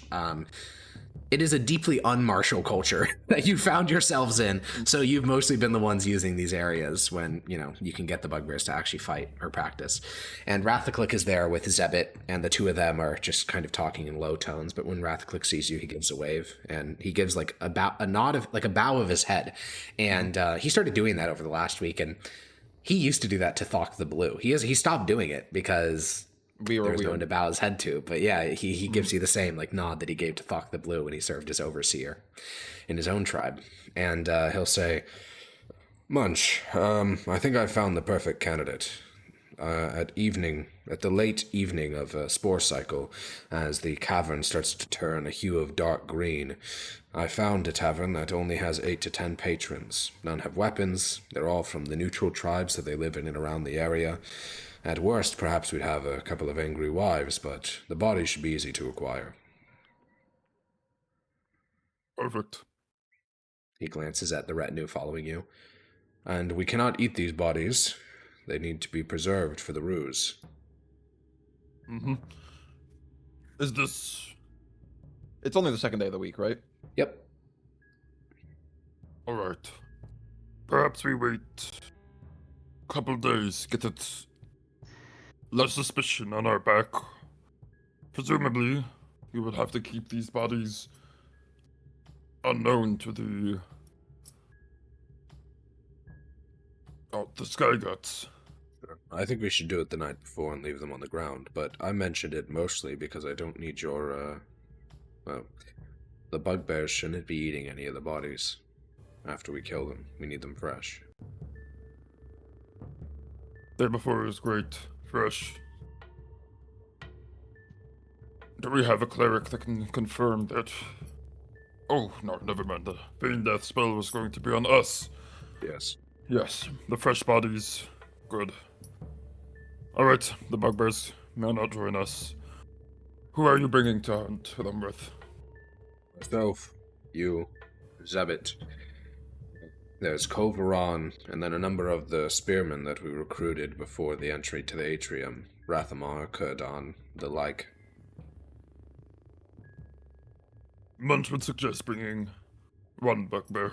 Then Snarg. Munch was going to suggest them. Between Snarg and Vrash. But Snarg is the better choice. Agreed. He'll give a nod of his head and say, I will come find you the night before then. Perfect. Thank you, Rathaclick. And, Okay, question. Yeah. Back when, there was Thok the Blue, whenever, Rathaclick bowed his head, did Thok the Blue ever, do anything in return? No, Thok was a fat, greedy bastard who had zero respect for his subordinates. Is there something I know that can be done with respect, because I respect my subordinates? Yeah, the hobgoblin way would be to salute them by putting your fist over your heart. You notice that all of Mardak and Rathaclick's subordinates do that when they talk to them. It's a little too dominacy, though. It is very dominacy. Yeah, no thank you. All right, the Grosh thing is nothing. Yeah, the Grosh thing is you serve me because you have to because I'm strong. Yeah, that's what y'all then. Okay, cool. I just wanted to know if there was anything like that. Yeah, so the week kind of progresses up here in the Spire. You know, everyone is studying their own things, and Munch. Mm-hmm. I don't think Munch would notice this about himself because he's not that introspective, but I guess Xander. As Munch starts to get more and more people recognizing him as Big One, which at this point is not dead ass 3/4 of the tribe. The majority of the tribe just acts as if he's the Big One, but no one says it out loud. Yeah. And even some of the goblins have started doing it just because they mirror the behavior of those around them. Goblinoids are huge on tribe, herd mentality. And so when you're treated like Big One, they treat you like Big One. And even you start feeling like the Big One, not just puffing your chest out, but you give orders and expect them to be followed. You're thinking through problems an extra step ahead. And this is such an interesting thing because now you're experiencing another weird part of goblinoid psychology we haven't really discussed before, which is Big Ones literally change on a certain level. You are getting smarter. And so, Munch, you are going to gain a point of intelligence. Temporary. This is temporary. It is not permanent. But as you get conferred this general belief by everyone in the tribe that you are the Big One, you will gain 1 temporary point of intelligence. Yo, that's awesome. The score, not the modifier, right? The score, yeah, the score. All right, so I'm going from a -2 to a -1. That's big. That's big. And, if a huge tribe believed that you were their big one, who knows? Maybe that would really get to your head. But for now, you gain 1 point of intelligence because you are de facto the big one of the tribe. Gets to my head. Yeah, it literally gets to your head. Yeah. That's a great way to describe it. Being leader literally starts to get to your head. And Yapper, I think obviously other members of the tribe pick up on these changes in Munch to lesser degrees, but to you, he literally is starting to fulfill the big one archetype, like bar for bar. He's starting to become more confident. He's starting to snarl more. He's starting to just expect people to follow him. Like, I'm sure you're just in the corner being like, they don't know that I perfectly predicted the trajectory of this tribe. It was always going to happen. Yeah. Yeah. So we're going to skip forward to the last day of the week. The last thing to be done is Munch's raid. So Munch, you, Rathaclick, a number of hobgoblins, and no other bugbears except for Snarg gather together and ask for the Skyguts to lower you. They of course do it. They're a trusting folk, and you descend down. Rathaclick starts to lead you through the narrow streets of where these neutral tribes are located. And roll me an insight check.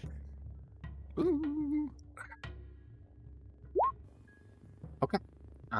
Yeah, you're feeling pretty good. The hobgoblins with you seem a bit nervous, but that's not surprising. I mean, they're hobgoblins. They always overthink things. They don't just stab like how they should.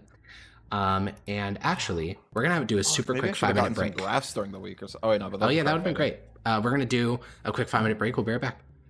Yippee. Munch, you walk at the head of this group. Rathaclick has told you that there are 8 people inside of this neutral inn you'll be going for, not that many. And you outnumber them. You have about 13 that you're bringing with you. Also, you would hope that your individual quality is a bit better as well. Yes.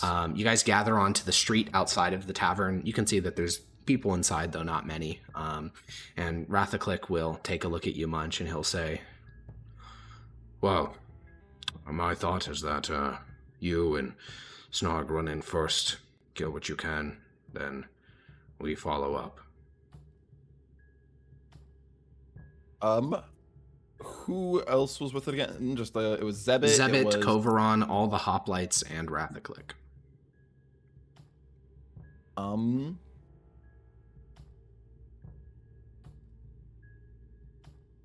Those with ranged attacks like Zebit will be right behind. Yes. Snarg and I covering our backs with ranged attacks. All right. And then I want Rathaclick, you, and some of the other hoplites to follow in immediately, just like your plan.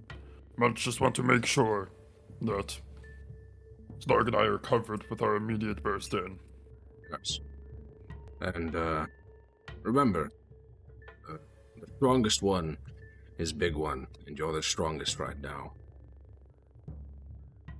The strongest are leaders. And I will. Yeah. Are we at the bar right now? You're right outside. Literally right outside. Yeah. Fuck yeah. I'm gonna give a nod to Snarg and then just fucking shoulder check the door. Okay. This is a surprise round. So before we do any, rolling for initiative or anything like that, the door bursts open. We have Snarg and Munch leap at the nearest targets. So whoever's playing Snarg, I think it was Kazik, you can roll your suite of attacks, and then Munch, obviously, you can do your attack as well against the first creatures that are near to you. All right, which is this goblin right here. You literally sprinted at him full speed after body checking the door. All right, I'm gonna fucking. Okay.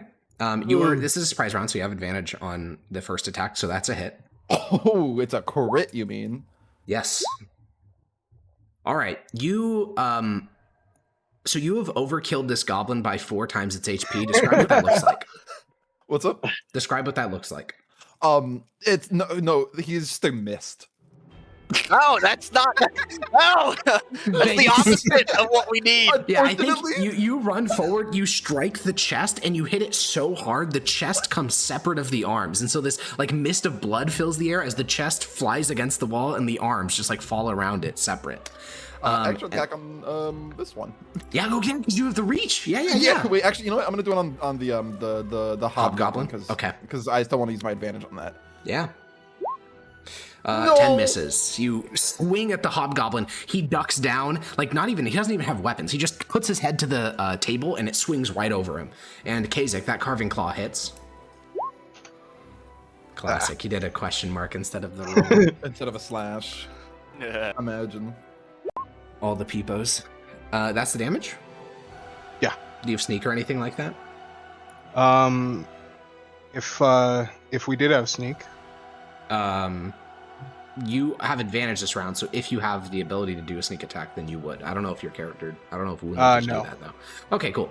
Then, yeah, you leap into the room and stab down, and you stab this goblin in the back, Hold on. bloodying them. I get to re-roll my my attack because I have great weapon fighting. I forgot. Okay, sure. Yeah, because it's a 2.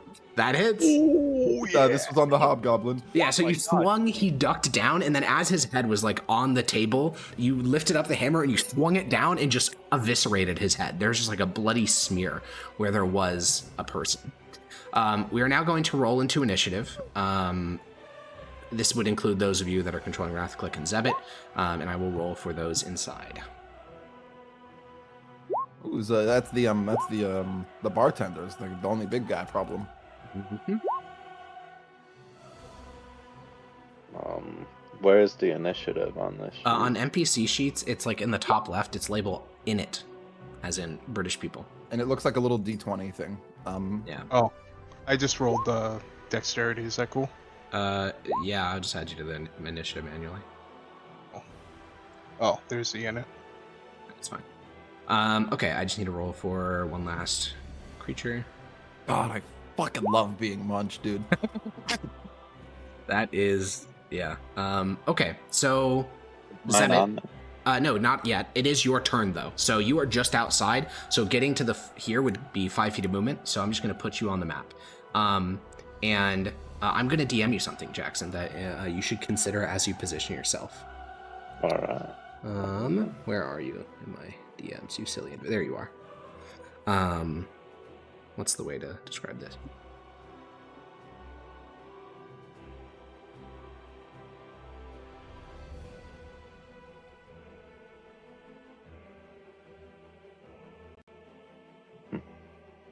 That's what Zebit looks like? Man, the underbite is crazy. All right, that's the main thing that you need to know.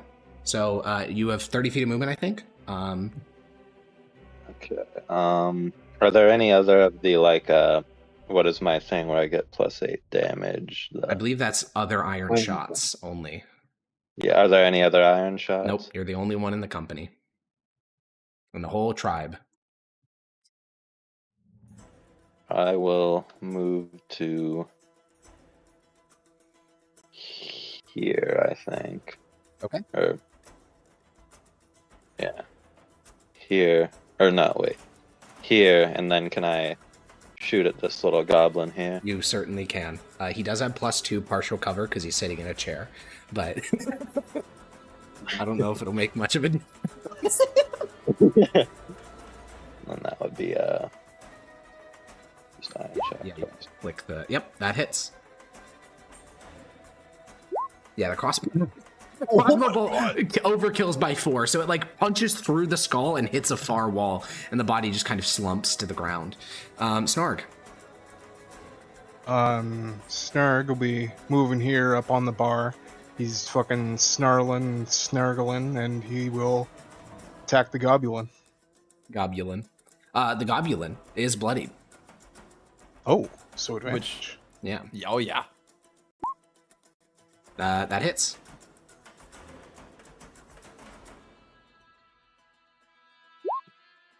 Okay. You reach down to literally like rip out the throat of this goblin, but they kind of pull back and you tear open the front of the throat, but there's still like this wheezing, bloodied breath because they are just barely clinging on to life.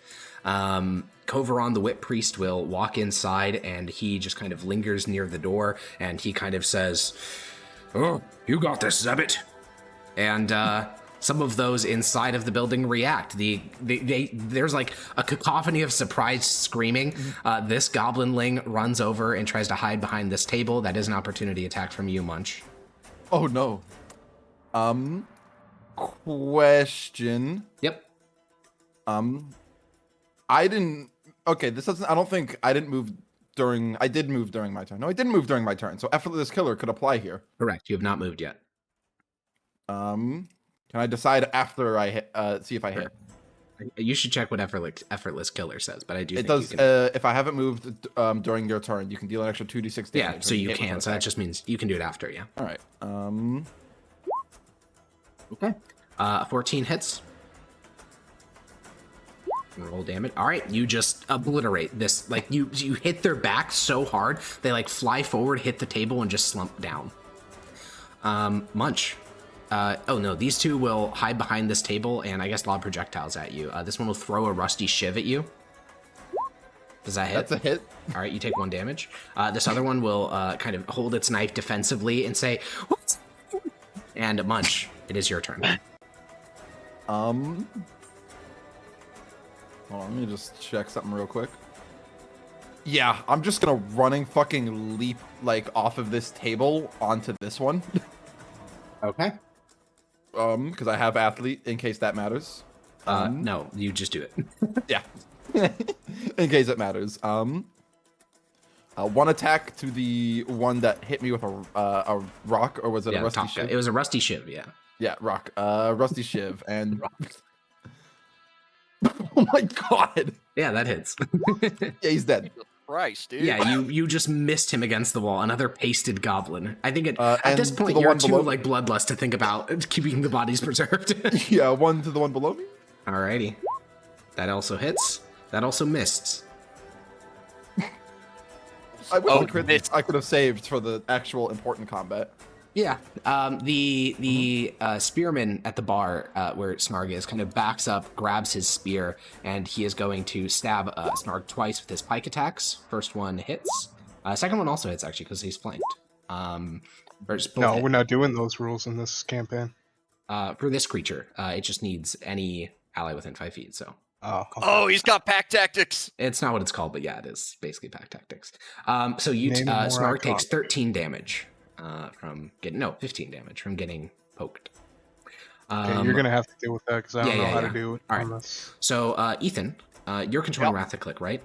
Yes. Okay. I need you to check DMs. Okay. But you can take your turn now. You have 30 feet of movement. You're on the map. Act accordingly once you've given that a read. Okay. Cool. Let's. So- Where am I? You're at the door in the bottom right. There you I have am. all your movement, all your stuff. You have 8 hobgoblins outside that'll be coming in a couple of seconds. Okay. And the green labeled things are friendly, presumably, and then the red. The ones green are labeled things are hobgoblins. The unlabeled are the 2 bugbears, and the red are the patrons of the bar. Okay. There is exactly 1 patron left. 2 patrons. There's the little goblin, and then the Oh, bartender. I Yeah, see. sorry, I killed the rest. I can see that. Yes. Nads. Boop. Does Rathaclick have reach? He does. Oh yeah, he does. Okay, he has a glaive. Doesn't And quite you reach this guy though. I think he was going for the goblin. Oh. You could also be 5 feet back if you wanted to glaive. Oh, that's a good point. Yeah. I should have been 5 feet back anyway. Yeah, true. 30 feet. Cool. Then you can stab with your glaive. Bink bonk. Okay, second one hits. And you 13 slice open the fella. The goblin drops to the ground, dead. Ah! Alrighty. The bartender is definitely the least surprised. Like, he doesn't seem very surprised that this is happening. He will take out a flail from behind the counter, and he will swing it at... actually, well, first of all, he's going to use Discipline Through Pain, taking 5 damage, unreducible, to get advantage on this attack. He's going to swing his Nine-Tailed Scourge with +5 at Snarg, so that's a 17 to hit. Sorry, no, it's advantage. So it's just a 20. 20. hits for 20, yeah. And then a second attack, I think, will be a Pain Lash against Munch. 11 against you, Munch. That is a miss. Yeah, miss. Okay, so... Does he have that much reach? Holy shit. Pain Lash is a 120-foot ranged cantrip. Holy shit. Yeah. So Snarg takes 12 damage and is pulled towards the bartender and is bloodied. And you notice, Munch, that this bartender is wearing splint armor, carrying a shield, and he's very heavily armed for a bartender. I'm gonna blood splatter and bloody him too. Okay, excellent. That is what you do. You're a bugbear. And yeah. You notice that resting next to the bar is a large hobgoblin war drum. Roll me a int check, Munch. Uh-oh. It's only Okay. a -1, Yeah, but it's don't still worry ain't about it. great. Yeah, don't worry about it. Okay, so the other 8 hobgoblins will rush in from outside. These are obviously of your tribe. They will kind of like form up. They were expecting to be like fighting the weak guys because that's kind of what like their tier is. There are no weak guys. Yeah, you got a bit excited. So they will just use all their movement to kind of form up beside Rathaclick and just wait for orders. All right, Zebit. I was gonna try and move up here, so would I have range on him at all if I do that? It would be, where were you gonna move? Like up. That he'd have like a +2 to AC because you're shooting through allies.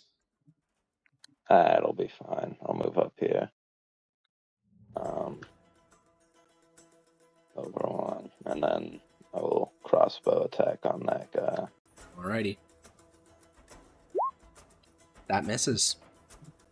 Oh. It whizzes past the Painmaster and strikes the wall behind him. Snarg. Snarg will kind of walk along the bar, kicking plates at the hobgoblin, and he will try to attack him and make him prone. Okay. So this is like a shove attack, I guess. Sure. Yeah. Oh, so contested strength then. Painmaster will try to fight back and fails. You can shove the Painmaster to the ground. Yeah. Alrighty. Koveron, the Whip Priest, will walk forward. He's going to look at you, to look over at Rathaclick and say, "Is it time?" And Rathaclick, I think, will give a nod. Indeed it is. All the patrons are dead. Munch, it's your turn. Munch is going to leap up onto here and start killing this guy. Okay. Our scheming eunuch. And he's going to hit the dude across the head. He's prone, so you get advantage on these attacks. 16 misses. 21 hits. As you bang. All right, you deal 12 bludgeoning damage, and the Goblin Painmaster is going to choose an ally within 15... Oh, there is no allies that are still alive. Okay. You deal 12 bludgeoning damage, and Rathaclick, it is your turn. All right, yeah. I don't know what Rathaclick would say in this scenario, but I think you have a pretty close idea. Yeah. He's not much of a talker. Yeah. Stick with the plan, gents. You know it must be done. And I will move to here. No, here. There we go. I don't think it's gonna help me all that much. Wait, is Javelin Volley a separate? That's just one of my actions? Oh. Okay. Actually, maybe I'll do that instead then. Oh, yeah, actually, I'm absolutely going to do that, yes. Okay. I am going to stay with the AC bonus? The gents. Yes, Yeah. exactly. And fuck it, I'll do Discipline through Pain as well. Shit, okay. I will say you would have gotten advantage on this first attack anyways because of surprise. Oh, alright, yeah. Yeah. Yep, and then I'll just wing 3 javelins straight into Munch. Okay.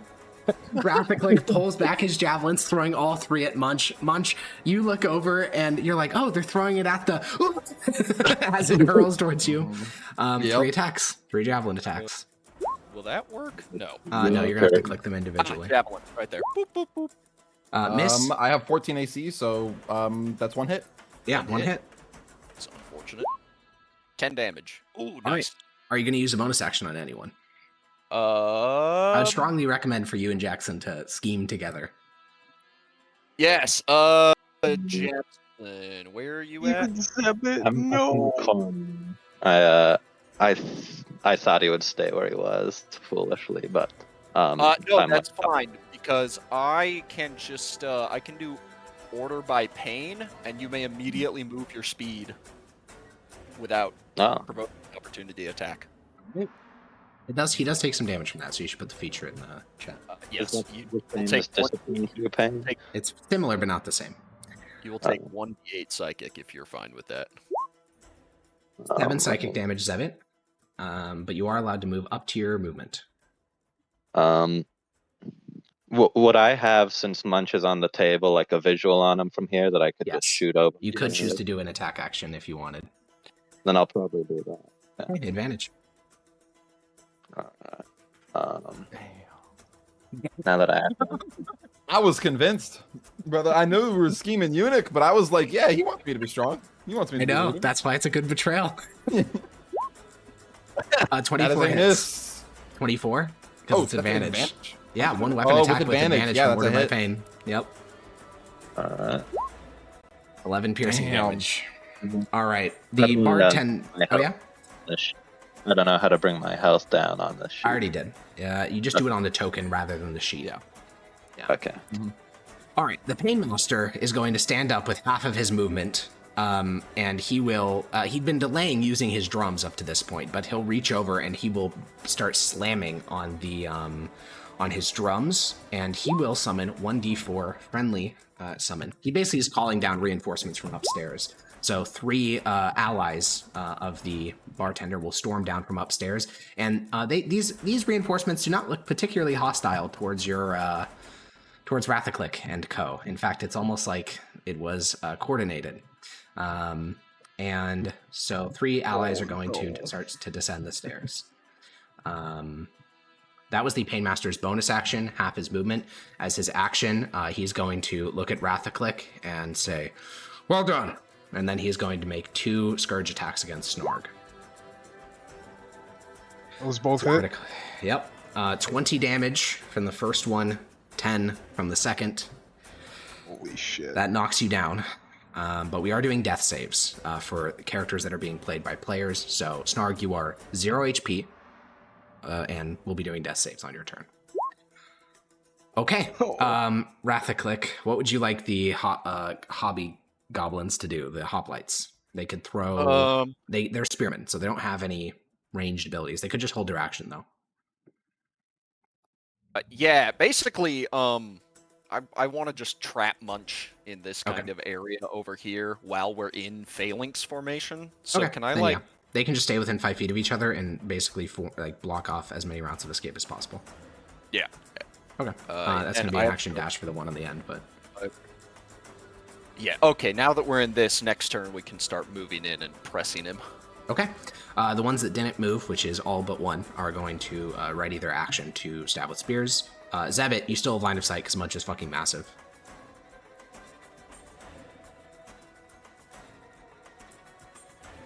Oh, I mean, it's you. You're Zebit, indeed. Then I will discipline through pain and take a shot at him. Okay. You take 5. Okay. Well, it hits. Roll damage. 12 piercing damage. All right, Snarg. First death save, flat D20, not con.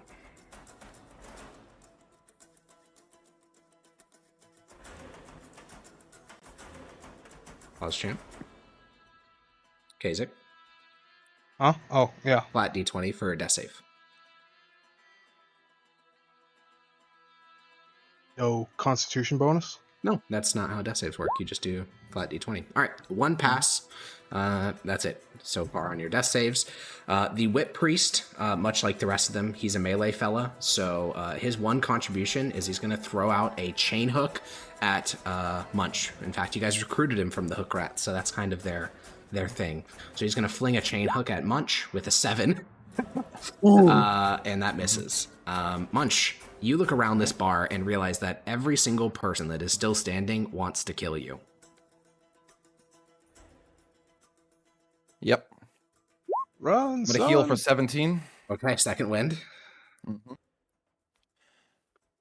And time to use this bar and leap over Okay. the entire phalanx. Now, they do have, all of them have the reactions, so there's going to be a bunch of opportunity attacks, and I also think it will be an athletics check. So to set the DC for this... Question. Let's Yes. see. I can If make you need relevant feats here. Yeah, athlete. Make a running long jump. Or only moving... I still have 10 feet of movement, so I guess it doesn't Yeah, that's matter not the as much. problem. The issue here is that the ceiling is about 8 feet tall, and you are taller than that, and so you're basically leaping in the narrow, 2-foot gap Yeah, I'm between like Rathaclick diving and the and ceiling. then rolling at the end. Yeah, so I think this is going to be an athletics check. I'm feeling DC 15. So, just to be... Yeah, so it's going to cost 10 feet of movement to start jumping, and then an athletics check. And below a 15, you get blocked by a shield. Otherwise, you're still triggering a bunch of opportunity attacks. That's fine with me. That's why I second winded. Yep. Okay, what is your strength score? 20. Okay, so you can leap 20 feet. That will instantly trigger 1, 2, 3 hoplites attacking you. Rathaclick, you get an opportunity attack as well. Fantastic. Only one hit. And the Whip Priest also has reach with his... Attack? Yeah, your melee attack. Yeah. Alright. And then the Whip Priest will do Two-Tailed Scourge and the Glaive. Total of from 3 Rathaclick. hits. Okay. Do I get to do 2 of these? No, Is it no. split? Opportunity No. attacks are only ever 1. Cool. But you get to roll damage on that Glaive. Oh, yeah. Thought I did. No, I didn't.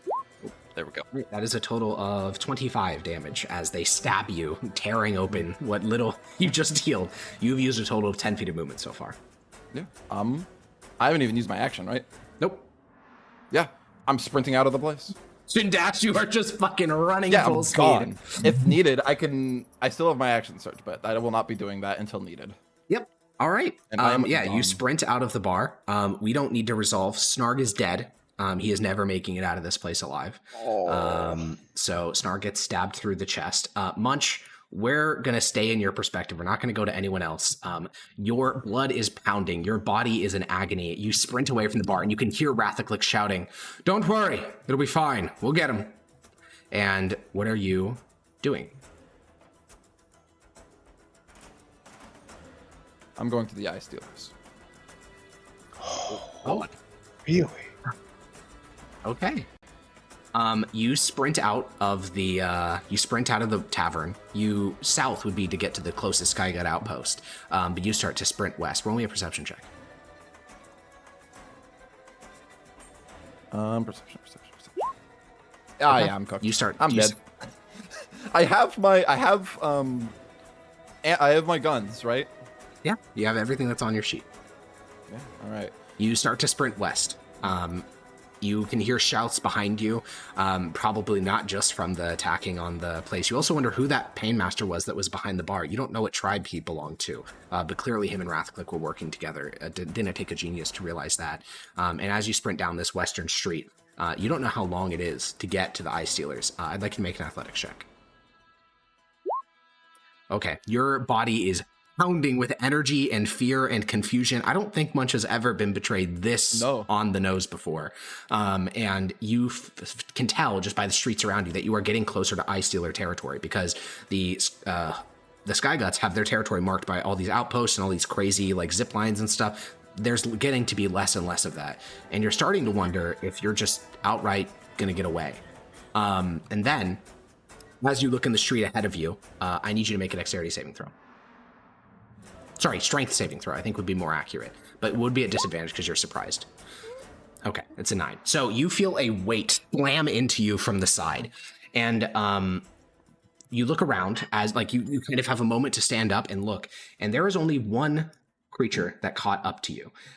You went a different direction than most of the coup plot expected you to, but one of them managed to, through just sheer determination and a very good athletics check, catch up to you. And you see Vrosh is there. He is panting. His mouth is frothing.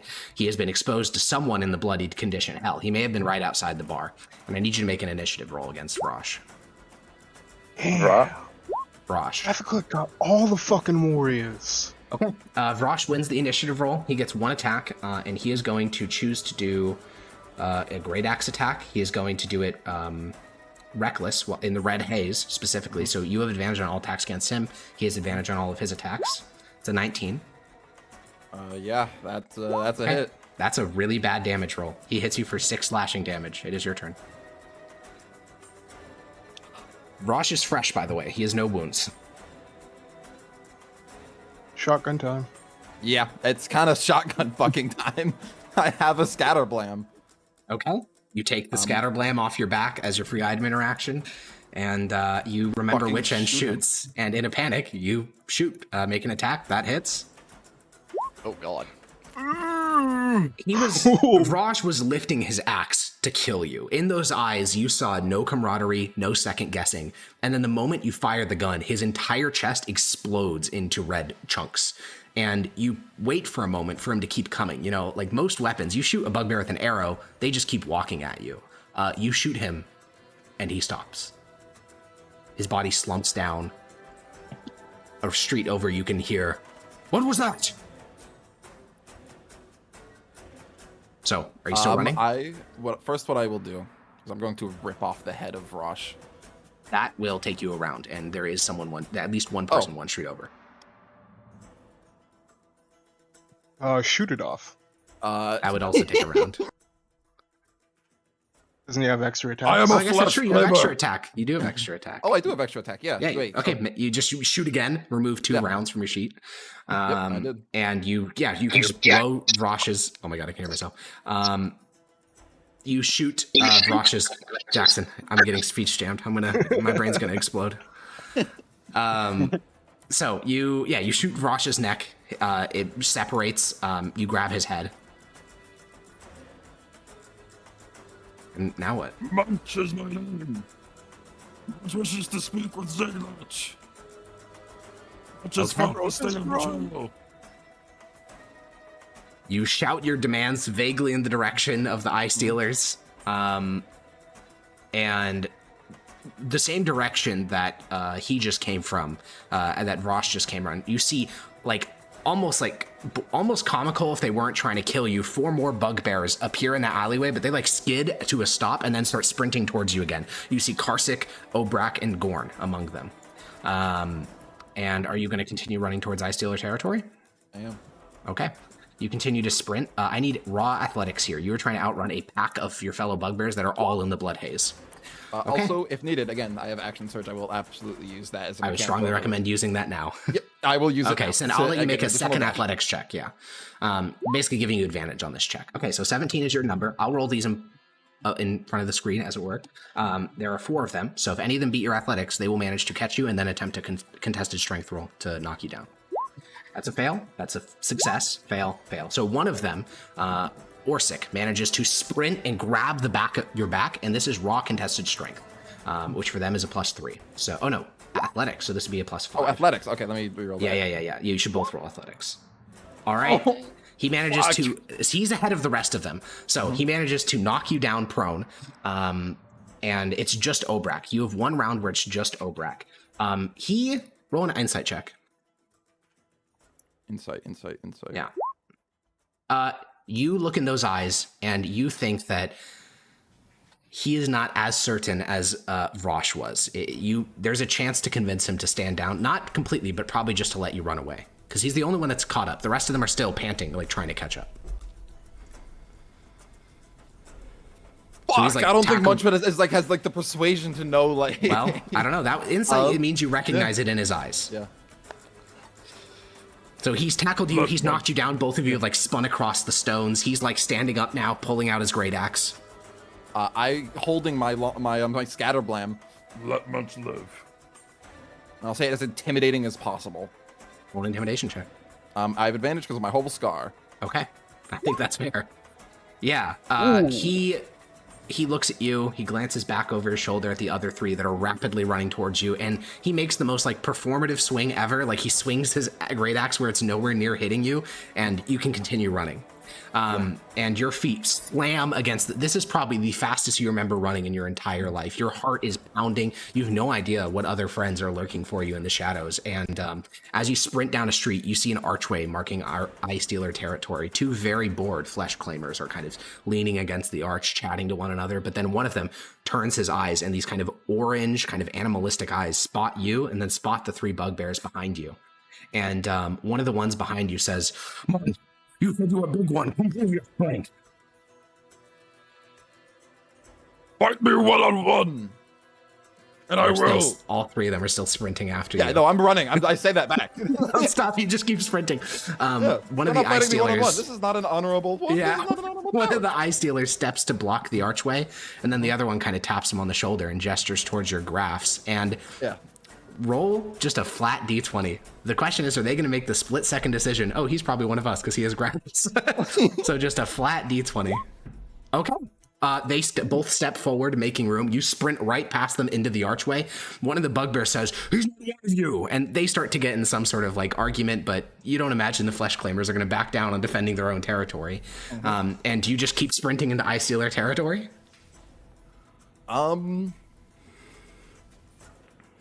Let's see. So wait, I'm past the guards now. Yeah, the two of them stepped forward. To them, you're one of their tribe, and these are some interlopers. I'm gonna like take a corner. Okay, yeah, you take one corner. Instantly, I think all of it just starts to hit you at once. The running, so much damage. Oh my god, you took so much damage. And all of that starts to hit you. Around the corner, you can hear the bugbears like starting to escalate, like starting to scream at the Fleshclaimers. But then you hear a much quieter voice, much more firm, in control, speak, and then the argument seems to dissipate. And you're kind of sitting there, catching your breath, and a Fleshclaimer walks around the corner. He looks down at you. He's a goblin, so he's actually not really that tall at all. It's just you're like slumped in this alley. And he takes a look at you and says, Why were they chasing you? Betrayal.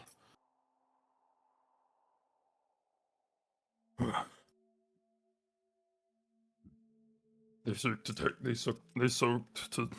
to take Munch's position. You're not an Ice Dealer. Munch is not. Munch wishes to become one. the goblin exits the alleyway, and you can hear him talking like literally just around the corner to the other one. And he says, "He's not one of us. You were wrong." The voice comes in reply. "I don't think it matters. At this point, we've already let him in. Plus, that hobgoblin led away the rest of the bugbears, so might as well take him to Ziglach." "All right, fine." And the goblin walks back into the alleyway. "Can you stand?" Yeah. And he begins to walk out in the street and says, "Come with me." Yeah. As the two of you are walking, I imagine that you're not really perceiving your surroundings very much. Yeah, no, I guess I'm kind of like thinking, what am I? Oh, fuck, dude. Like that classic betrayal thought of just like, fuck, everything sucks, everything's horrible. Yeah, you know, Gorn, like Karsic, and genuine Obrak were all feeling of there. betrayal. Obrak did spare you. He's the one that, grabbed your back, but then didn't try swinging at you. But Vrash, Gorn, Karsic, Vrosh, Obrak, your back, they all were there. Not to mention Rathaclick and Drazon, Kovaron, they were all there. And, you only struck down two of the traitors, those being, one, Vrosh, you killed your fellow bugbear. That's the only of the traitors that you managed to kill on your way out. And that's only because he was faster than the rest of the bugbears and he managed to actually catch you. And so you probably just run through like their faces, wondering do you think the council sanctioned this?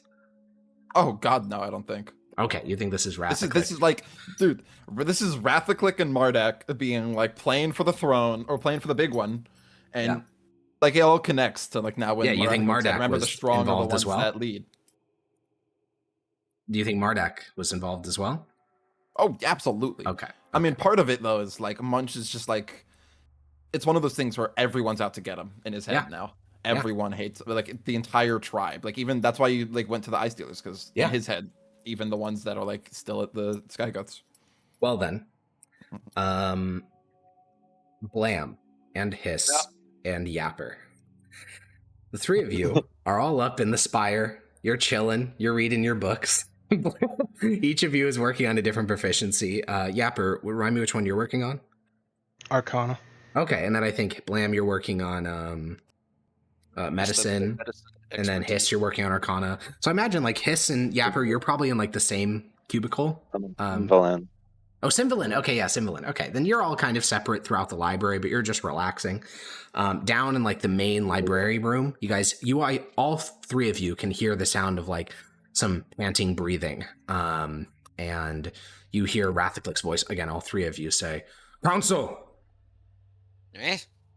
come down." All right. You all hop out of your booths separately. Look down. You can see that Rathaclick has some blood on like the front of him, but he doesn't look injured. He killed someone. Multiple someones probably. And he glances up at the three of you. "We need to talk." What it go well? No. Where's Munch? That's what we need to talk about.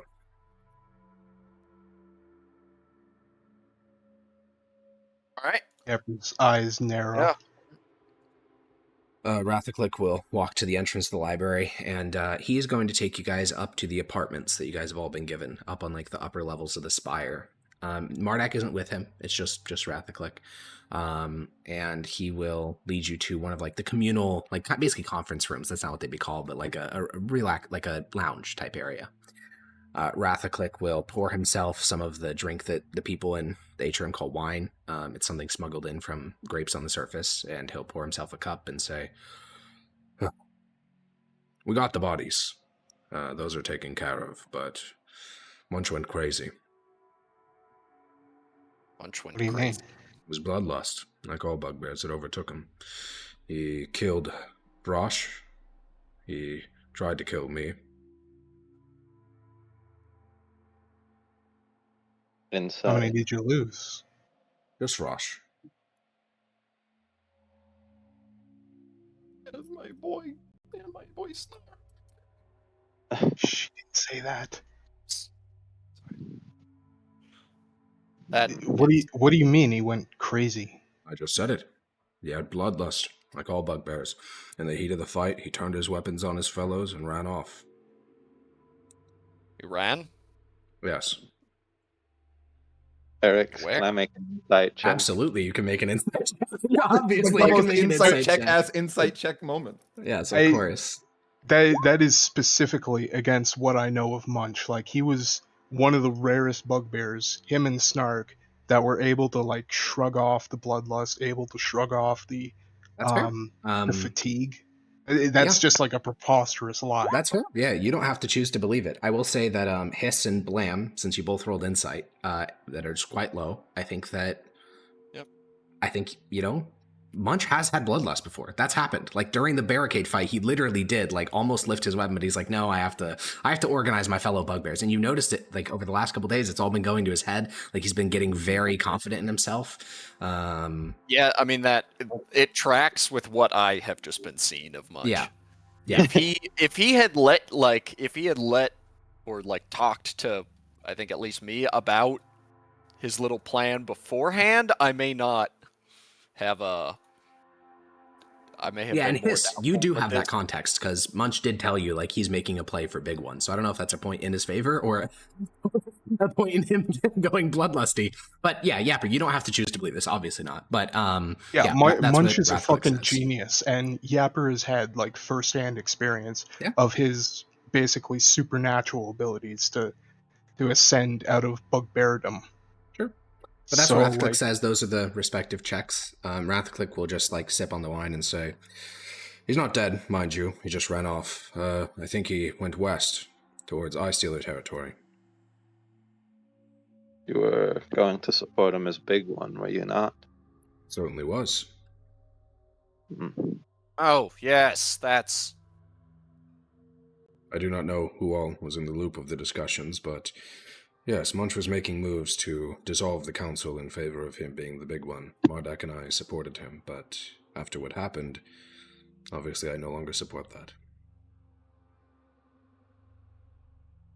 I mean, I it tracks. imagine Had all been going to his head as of late, so I think he couldn't take the pressures of being big one, and his bloodlust was always under the surface, like all bugbears. It seems as if he just couldn't control it anymore. Not to mention that he's a Fleshclaimer. Who knows what madness flows in their veins. Either way, I don't see any reason the plan can't continue without him. We have the bodies, Rosh among them. We can execute tomorrow without him. Move on to paradise.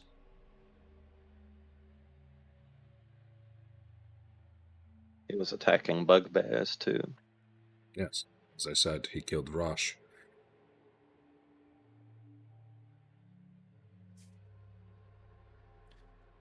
So Yeah. everybody else made it back? Everyone else made it back.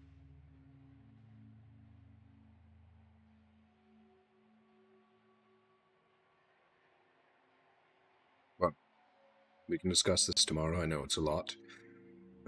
Obviously, if you'd like to do any rituals with Rosh's bodies, I'm not sure what exactly it is you do, but it's available, or we can use it in the ruse tomorrow. It's your choice.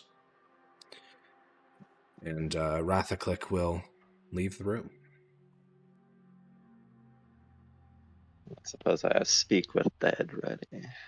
Mm-hmm. I have animate dead ready. I don't think I don't think Yeah, that. feign death. no, I don't know. How long till we can get new readied spells? End of the long rest, so tomorrow. All right.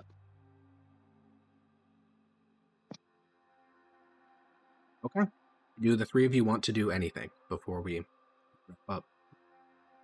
Yeah, I go looking around at the other members of the body collecting party. Like, is anybody injured? Is anybody...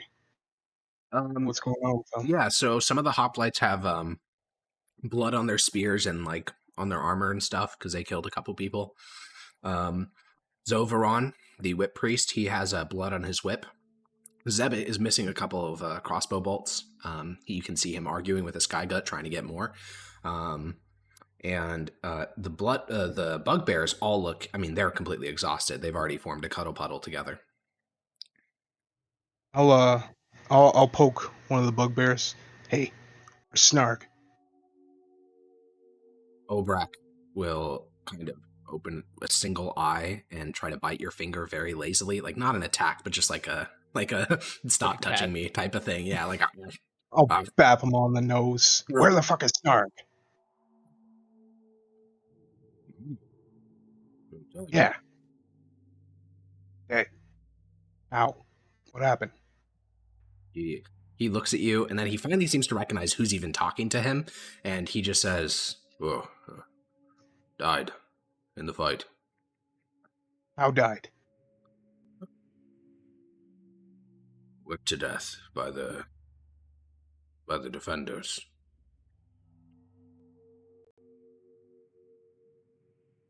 Go back to sleep. He just grumbles and almost instantly falls back asleep. That you can tell, like you've seen this before. This is the post-bloodlust haze that bugbears experience.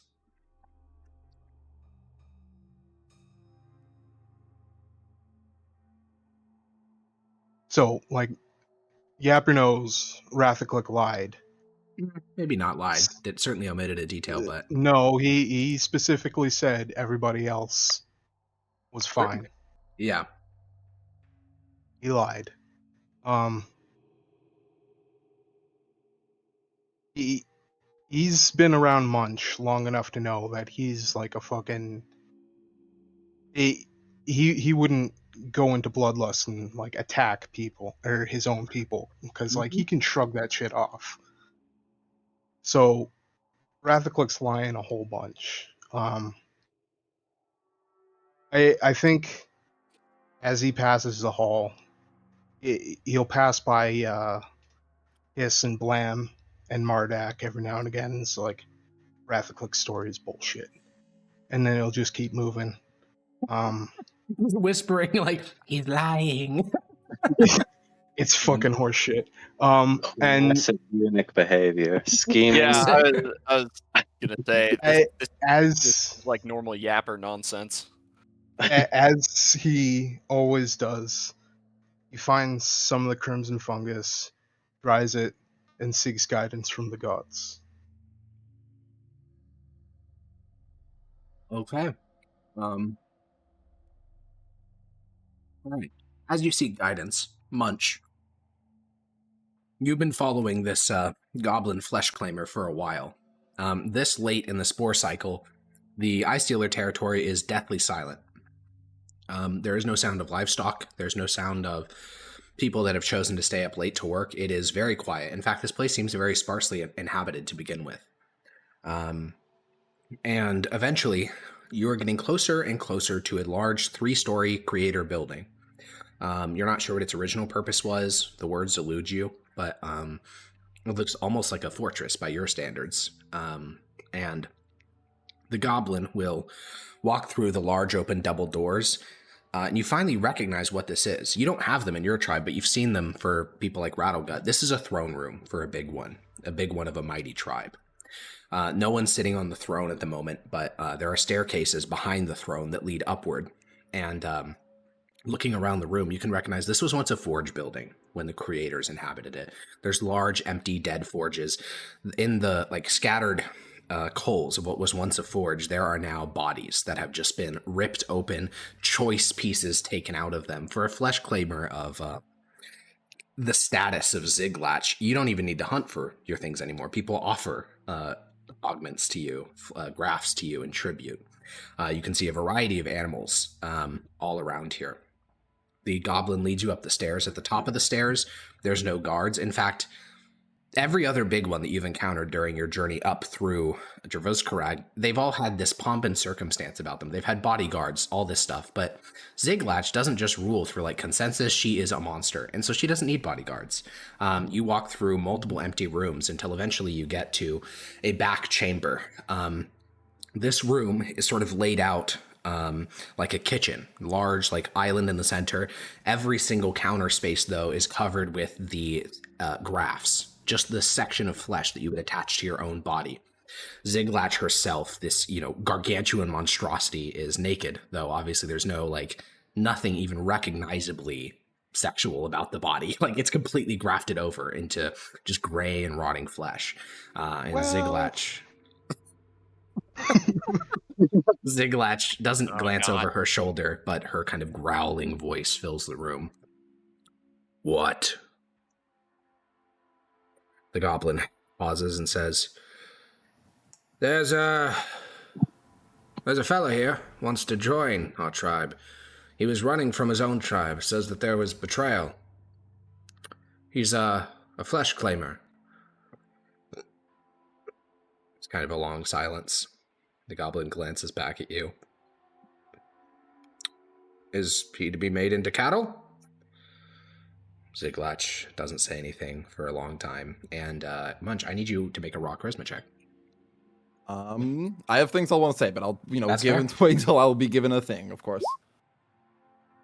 You say nothing. You just stand there. You're not sure what Ziglatch is currently calculating, but eventually...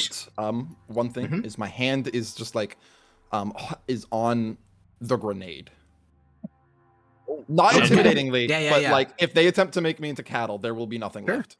That sounds intimidating, but either way, I understand what you mean. Yeah. Ziglatch will fully turn around now. You see that she was in the process of attaching a brave heart to her body, which means she needed to tear apart all the flesh between her and her heart, which is, at this point, a foot thick of just raw flesh.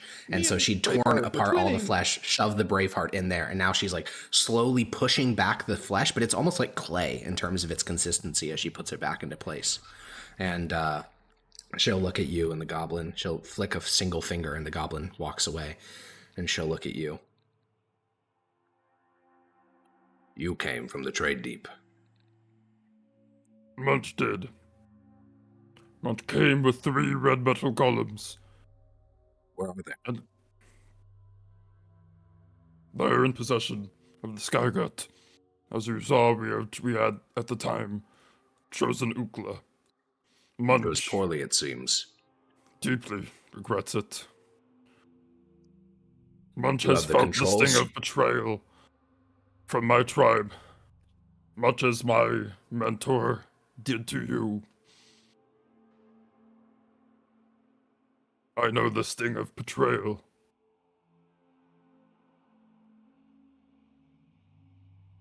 Where are the controls? Controls are in their possession. She doesn't laugh. She just kind of, the corner of her mouth lifts in a slight smile. So you have nothing. I have nothing but a desire for our revenge and a small amount of weapons. I do know where the controls are, and perhaps Munch can get it back. Revenge is for those strong enough to take it. I won't help you take yours, but if you know where those controls are in those spires of theirs, write it down, leave it here. They'll find a bed to lay in. When we handed over the controllers at that gate, that little goblin, did he do anything with them immediately? Yes, he put them into a sort of leather satchel, put it over his shoulder, and started to descend from the spire you were in, journeying towards an adjacent spire, which is where the golems were taken. Yeah, so I'm a little cooked. Yep. Does Munch know how to write? Yeah. That's a character choice for you. Yeah. Yeah, I will I will write down is there a name for the spire that it went into, or like the northern spire? No, but you could just like draw it. They all look different. Yeah. I will draw that spire and say the second floor. And she, with one of her claws, starts to pick at some flesh on her, stomach, but like the abdominals, and starting to remove some of the clay-like flesh to do another graft. I will go find a place to sleep. Yeah, it turns out that one of the reasons this place feels so sparsely inhabited is because it is. You don't know how big the Ice Sealers tribe is. That's a number that's been like obscured from you, but it can't be many. But they're all going to be like you. Which makes it a very lethal tribe all the same. Because a lot of these buildings, you just walk in, there's just no one in here, but there is bedding and stuff like that. So clearly this was once inhabited. And so you just find a straw mat, you lay down. You lose your extra intelligence from being Big One, because you are certainly not Big One anymore. And what do you think Munch streams about? Probably about Gorp, the mother that, that was the lieutenant to Ziglach that taught Munch everything he knew about flesh grafting. Does it feel like justice at all that you betrayed him and devoured him, and now your own tribe tried to do the same to you? No, it's Munch is just like, it's unfair. It's in Munchville. It's unfair. Everything's unfair. It's unfair. Everything's unfair, and you're being wrongly persecuted is what I've heard. Yeah, exactly. Well, up in the spires, we have two prayers. One driven by dried crimson fungus, and the other driven by worship of Anket. So, Yapper, I'd like you to make a raw religion check.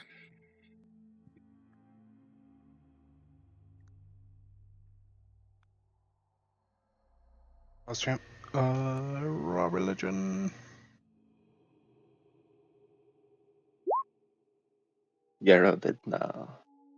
Yapper, you are standing on a narrow stone bridge. On either side of you is a vast and empty chasm. Looking down in the chasm, you see flashes of images. You see Munch atop a pile of corpses covered with grafts. Among those corpses, you see faces of members of your tribe. You look down the other side of the chasm, and you see the bodies of your tribe at the feet of some warlord you don't even recognize. But on this narrow cavern walkway, this little spire of stone that juts out into the darkness, you begin to walk along it, your feet carrying you forward. You look down, and in the stone you see images of a dog-headed quaggoth. You see an image of a mask on the face of someone. You see a tunnel door opening, and then you see paradise. And that's all you see. Yes. What does your ritual to try to commune with Anket look like? So he's gonna try and do it sober for once. He's Okay. gonna do a lot of dancing and that kind of stuff, but no drug use. He'll focus on the mushroom within himself, but he's trying to weigh his options. If it were up to him, he'd stay here, but Anket appearing to him when he died and telling him they have to keep going, kind of motivates him. So he wants to know, should he leave alone? Should he stay with the tribe? Should he Roll religion check. yeah. You dance yourself to utter exhaustion, your body coated in sweat, your thoughts not even really flowing as they should, and then you sit down in the center of your room. You had your roommate wait out in the hall as you conducted this ritual, and you just begin to meditate. You focus on the mushrooms growing out of your chest. Of course, you wouldn't use the word meditation, but you're trying to discard of all thoughts except for those divine mushrooms in your heart. And slowly, little bits of qualia start to come to you, the crackling of a fire, a hand resting atop yours, and slowly bits of an image start to form in your consciousness. And soon there is a fireplace in front of you. These are things that don't exist in Javos Karag. This is the first time you've ever seen a fireplace, burning wood, smelling of charcoal and smoke. And next to you is a goblin woman, ageless, completely impossible to determine how old she is, her eyes utterly white. Her hand rests atop you. And she speaks, not towards you, but towards the fire. There will be many comfortable places on the journey to paradise. Any that you rest at will result in your death. Be better. And then one by one, those bits of qualia start to disappear. First the room, then the fire, then her eyes, then her hand. And then once again, you're back in a room, in a spire, without a hint of the divinity that you had in that vision. And with all that, I think the last thing in this session is Blam. A lot of shit's happened this session that you're completely unaware of. Yep. There was so much scheming this session. There was layers of eunuchs scheming against each other, and you had no idea about any of it. And so I think, you finally, after this full week, you think you understand what this medical textbook is for, and you think you can get a little bit better. And you kind of go to the library, you're looking for something that's on goblinoid physiology. And you find this very small text. It's 10 pages that's penned by a goblin name. Most of the books here are just translations, but this is by a goblin. And the author is Bonk, a fun little name. And opening it up, it is a text on goblinoid anatomy written by a necromancer, though certainly not from Javos Karag. It's fucking Bonk, And you go to one of the alcoves. You have basically planned that you're going to fall asleep here tonight. You sit in the alcove, and Skelethliel's little crystal kind of lights up and says, "You like reading, don't you?" Well, I like reading about things I'm interested in, and I've always been, more scholastically inclined than some others. So yeah, I do. Do you wish to extend your life? Yes, I do. There is a ritual that can be conducted utilizing crystals of vitality. It can extend your life for a fair number of years without any ill effect. Perhaps you should reach out to one of the archmages of the Republic. Of the what? The Sky Guts is what you call them. Ah. Oh, I see. Why would they help me? I do not know. That is for you to trouble with. I merely suggest a solution. Oh, I see. You could gain Yes. another 5 or 6 years, perhaps. 5 or 6 years.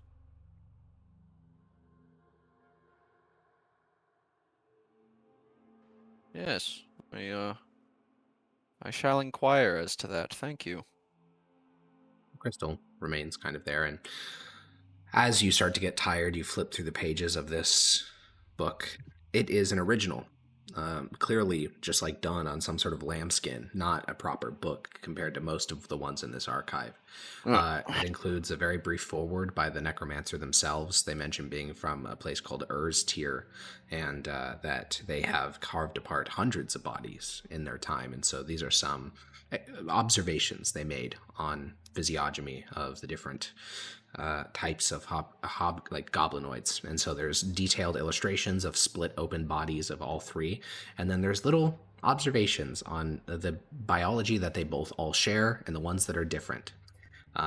Little things like, for example, bugbears have more pronounced tailbones than the other two, as if once they had been intended to have tails. Or hobgoblins have very thick skulls, which means in terms of size, their brains are actually smaller than bugbears, which is kind of funny. And then goblins actually have very high strength for their size. The author compares them to an ant, which is an animal you're only familiar with because of another book you read. Yep. And I think, you fill yourself with all of these little tidbits on goblin biology. And finally, your eyes get heavy enough that you are forced to sleep. And with that, we're going to end this week's session. I'll see you next week. Bye-bye. Bye-bye. Good session, boys. Bye.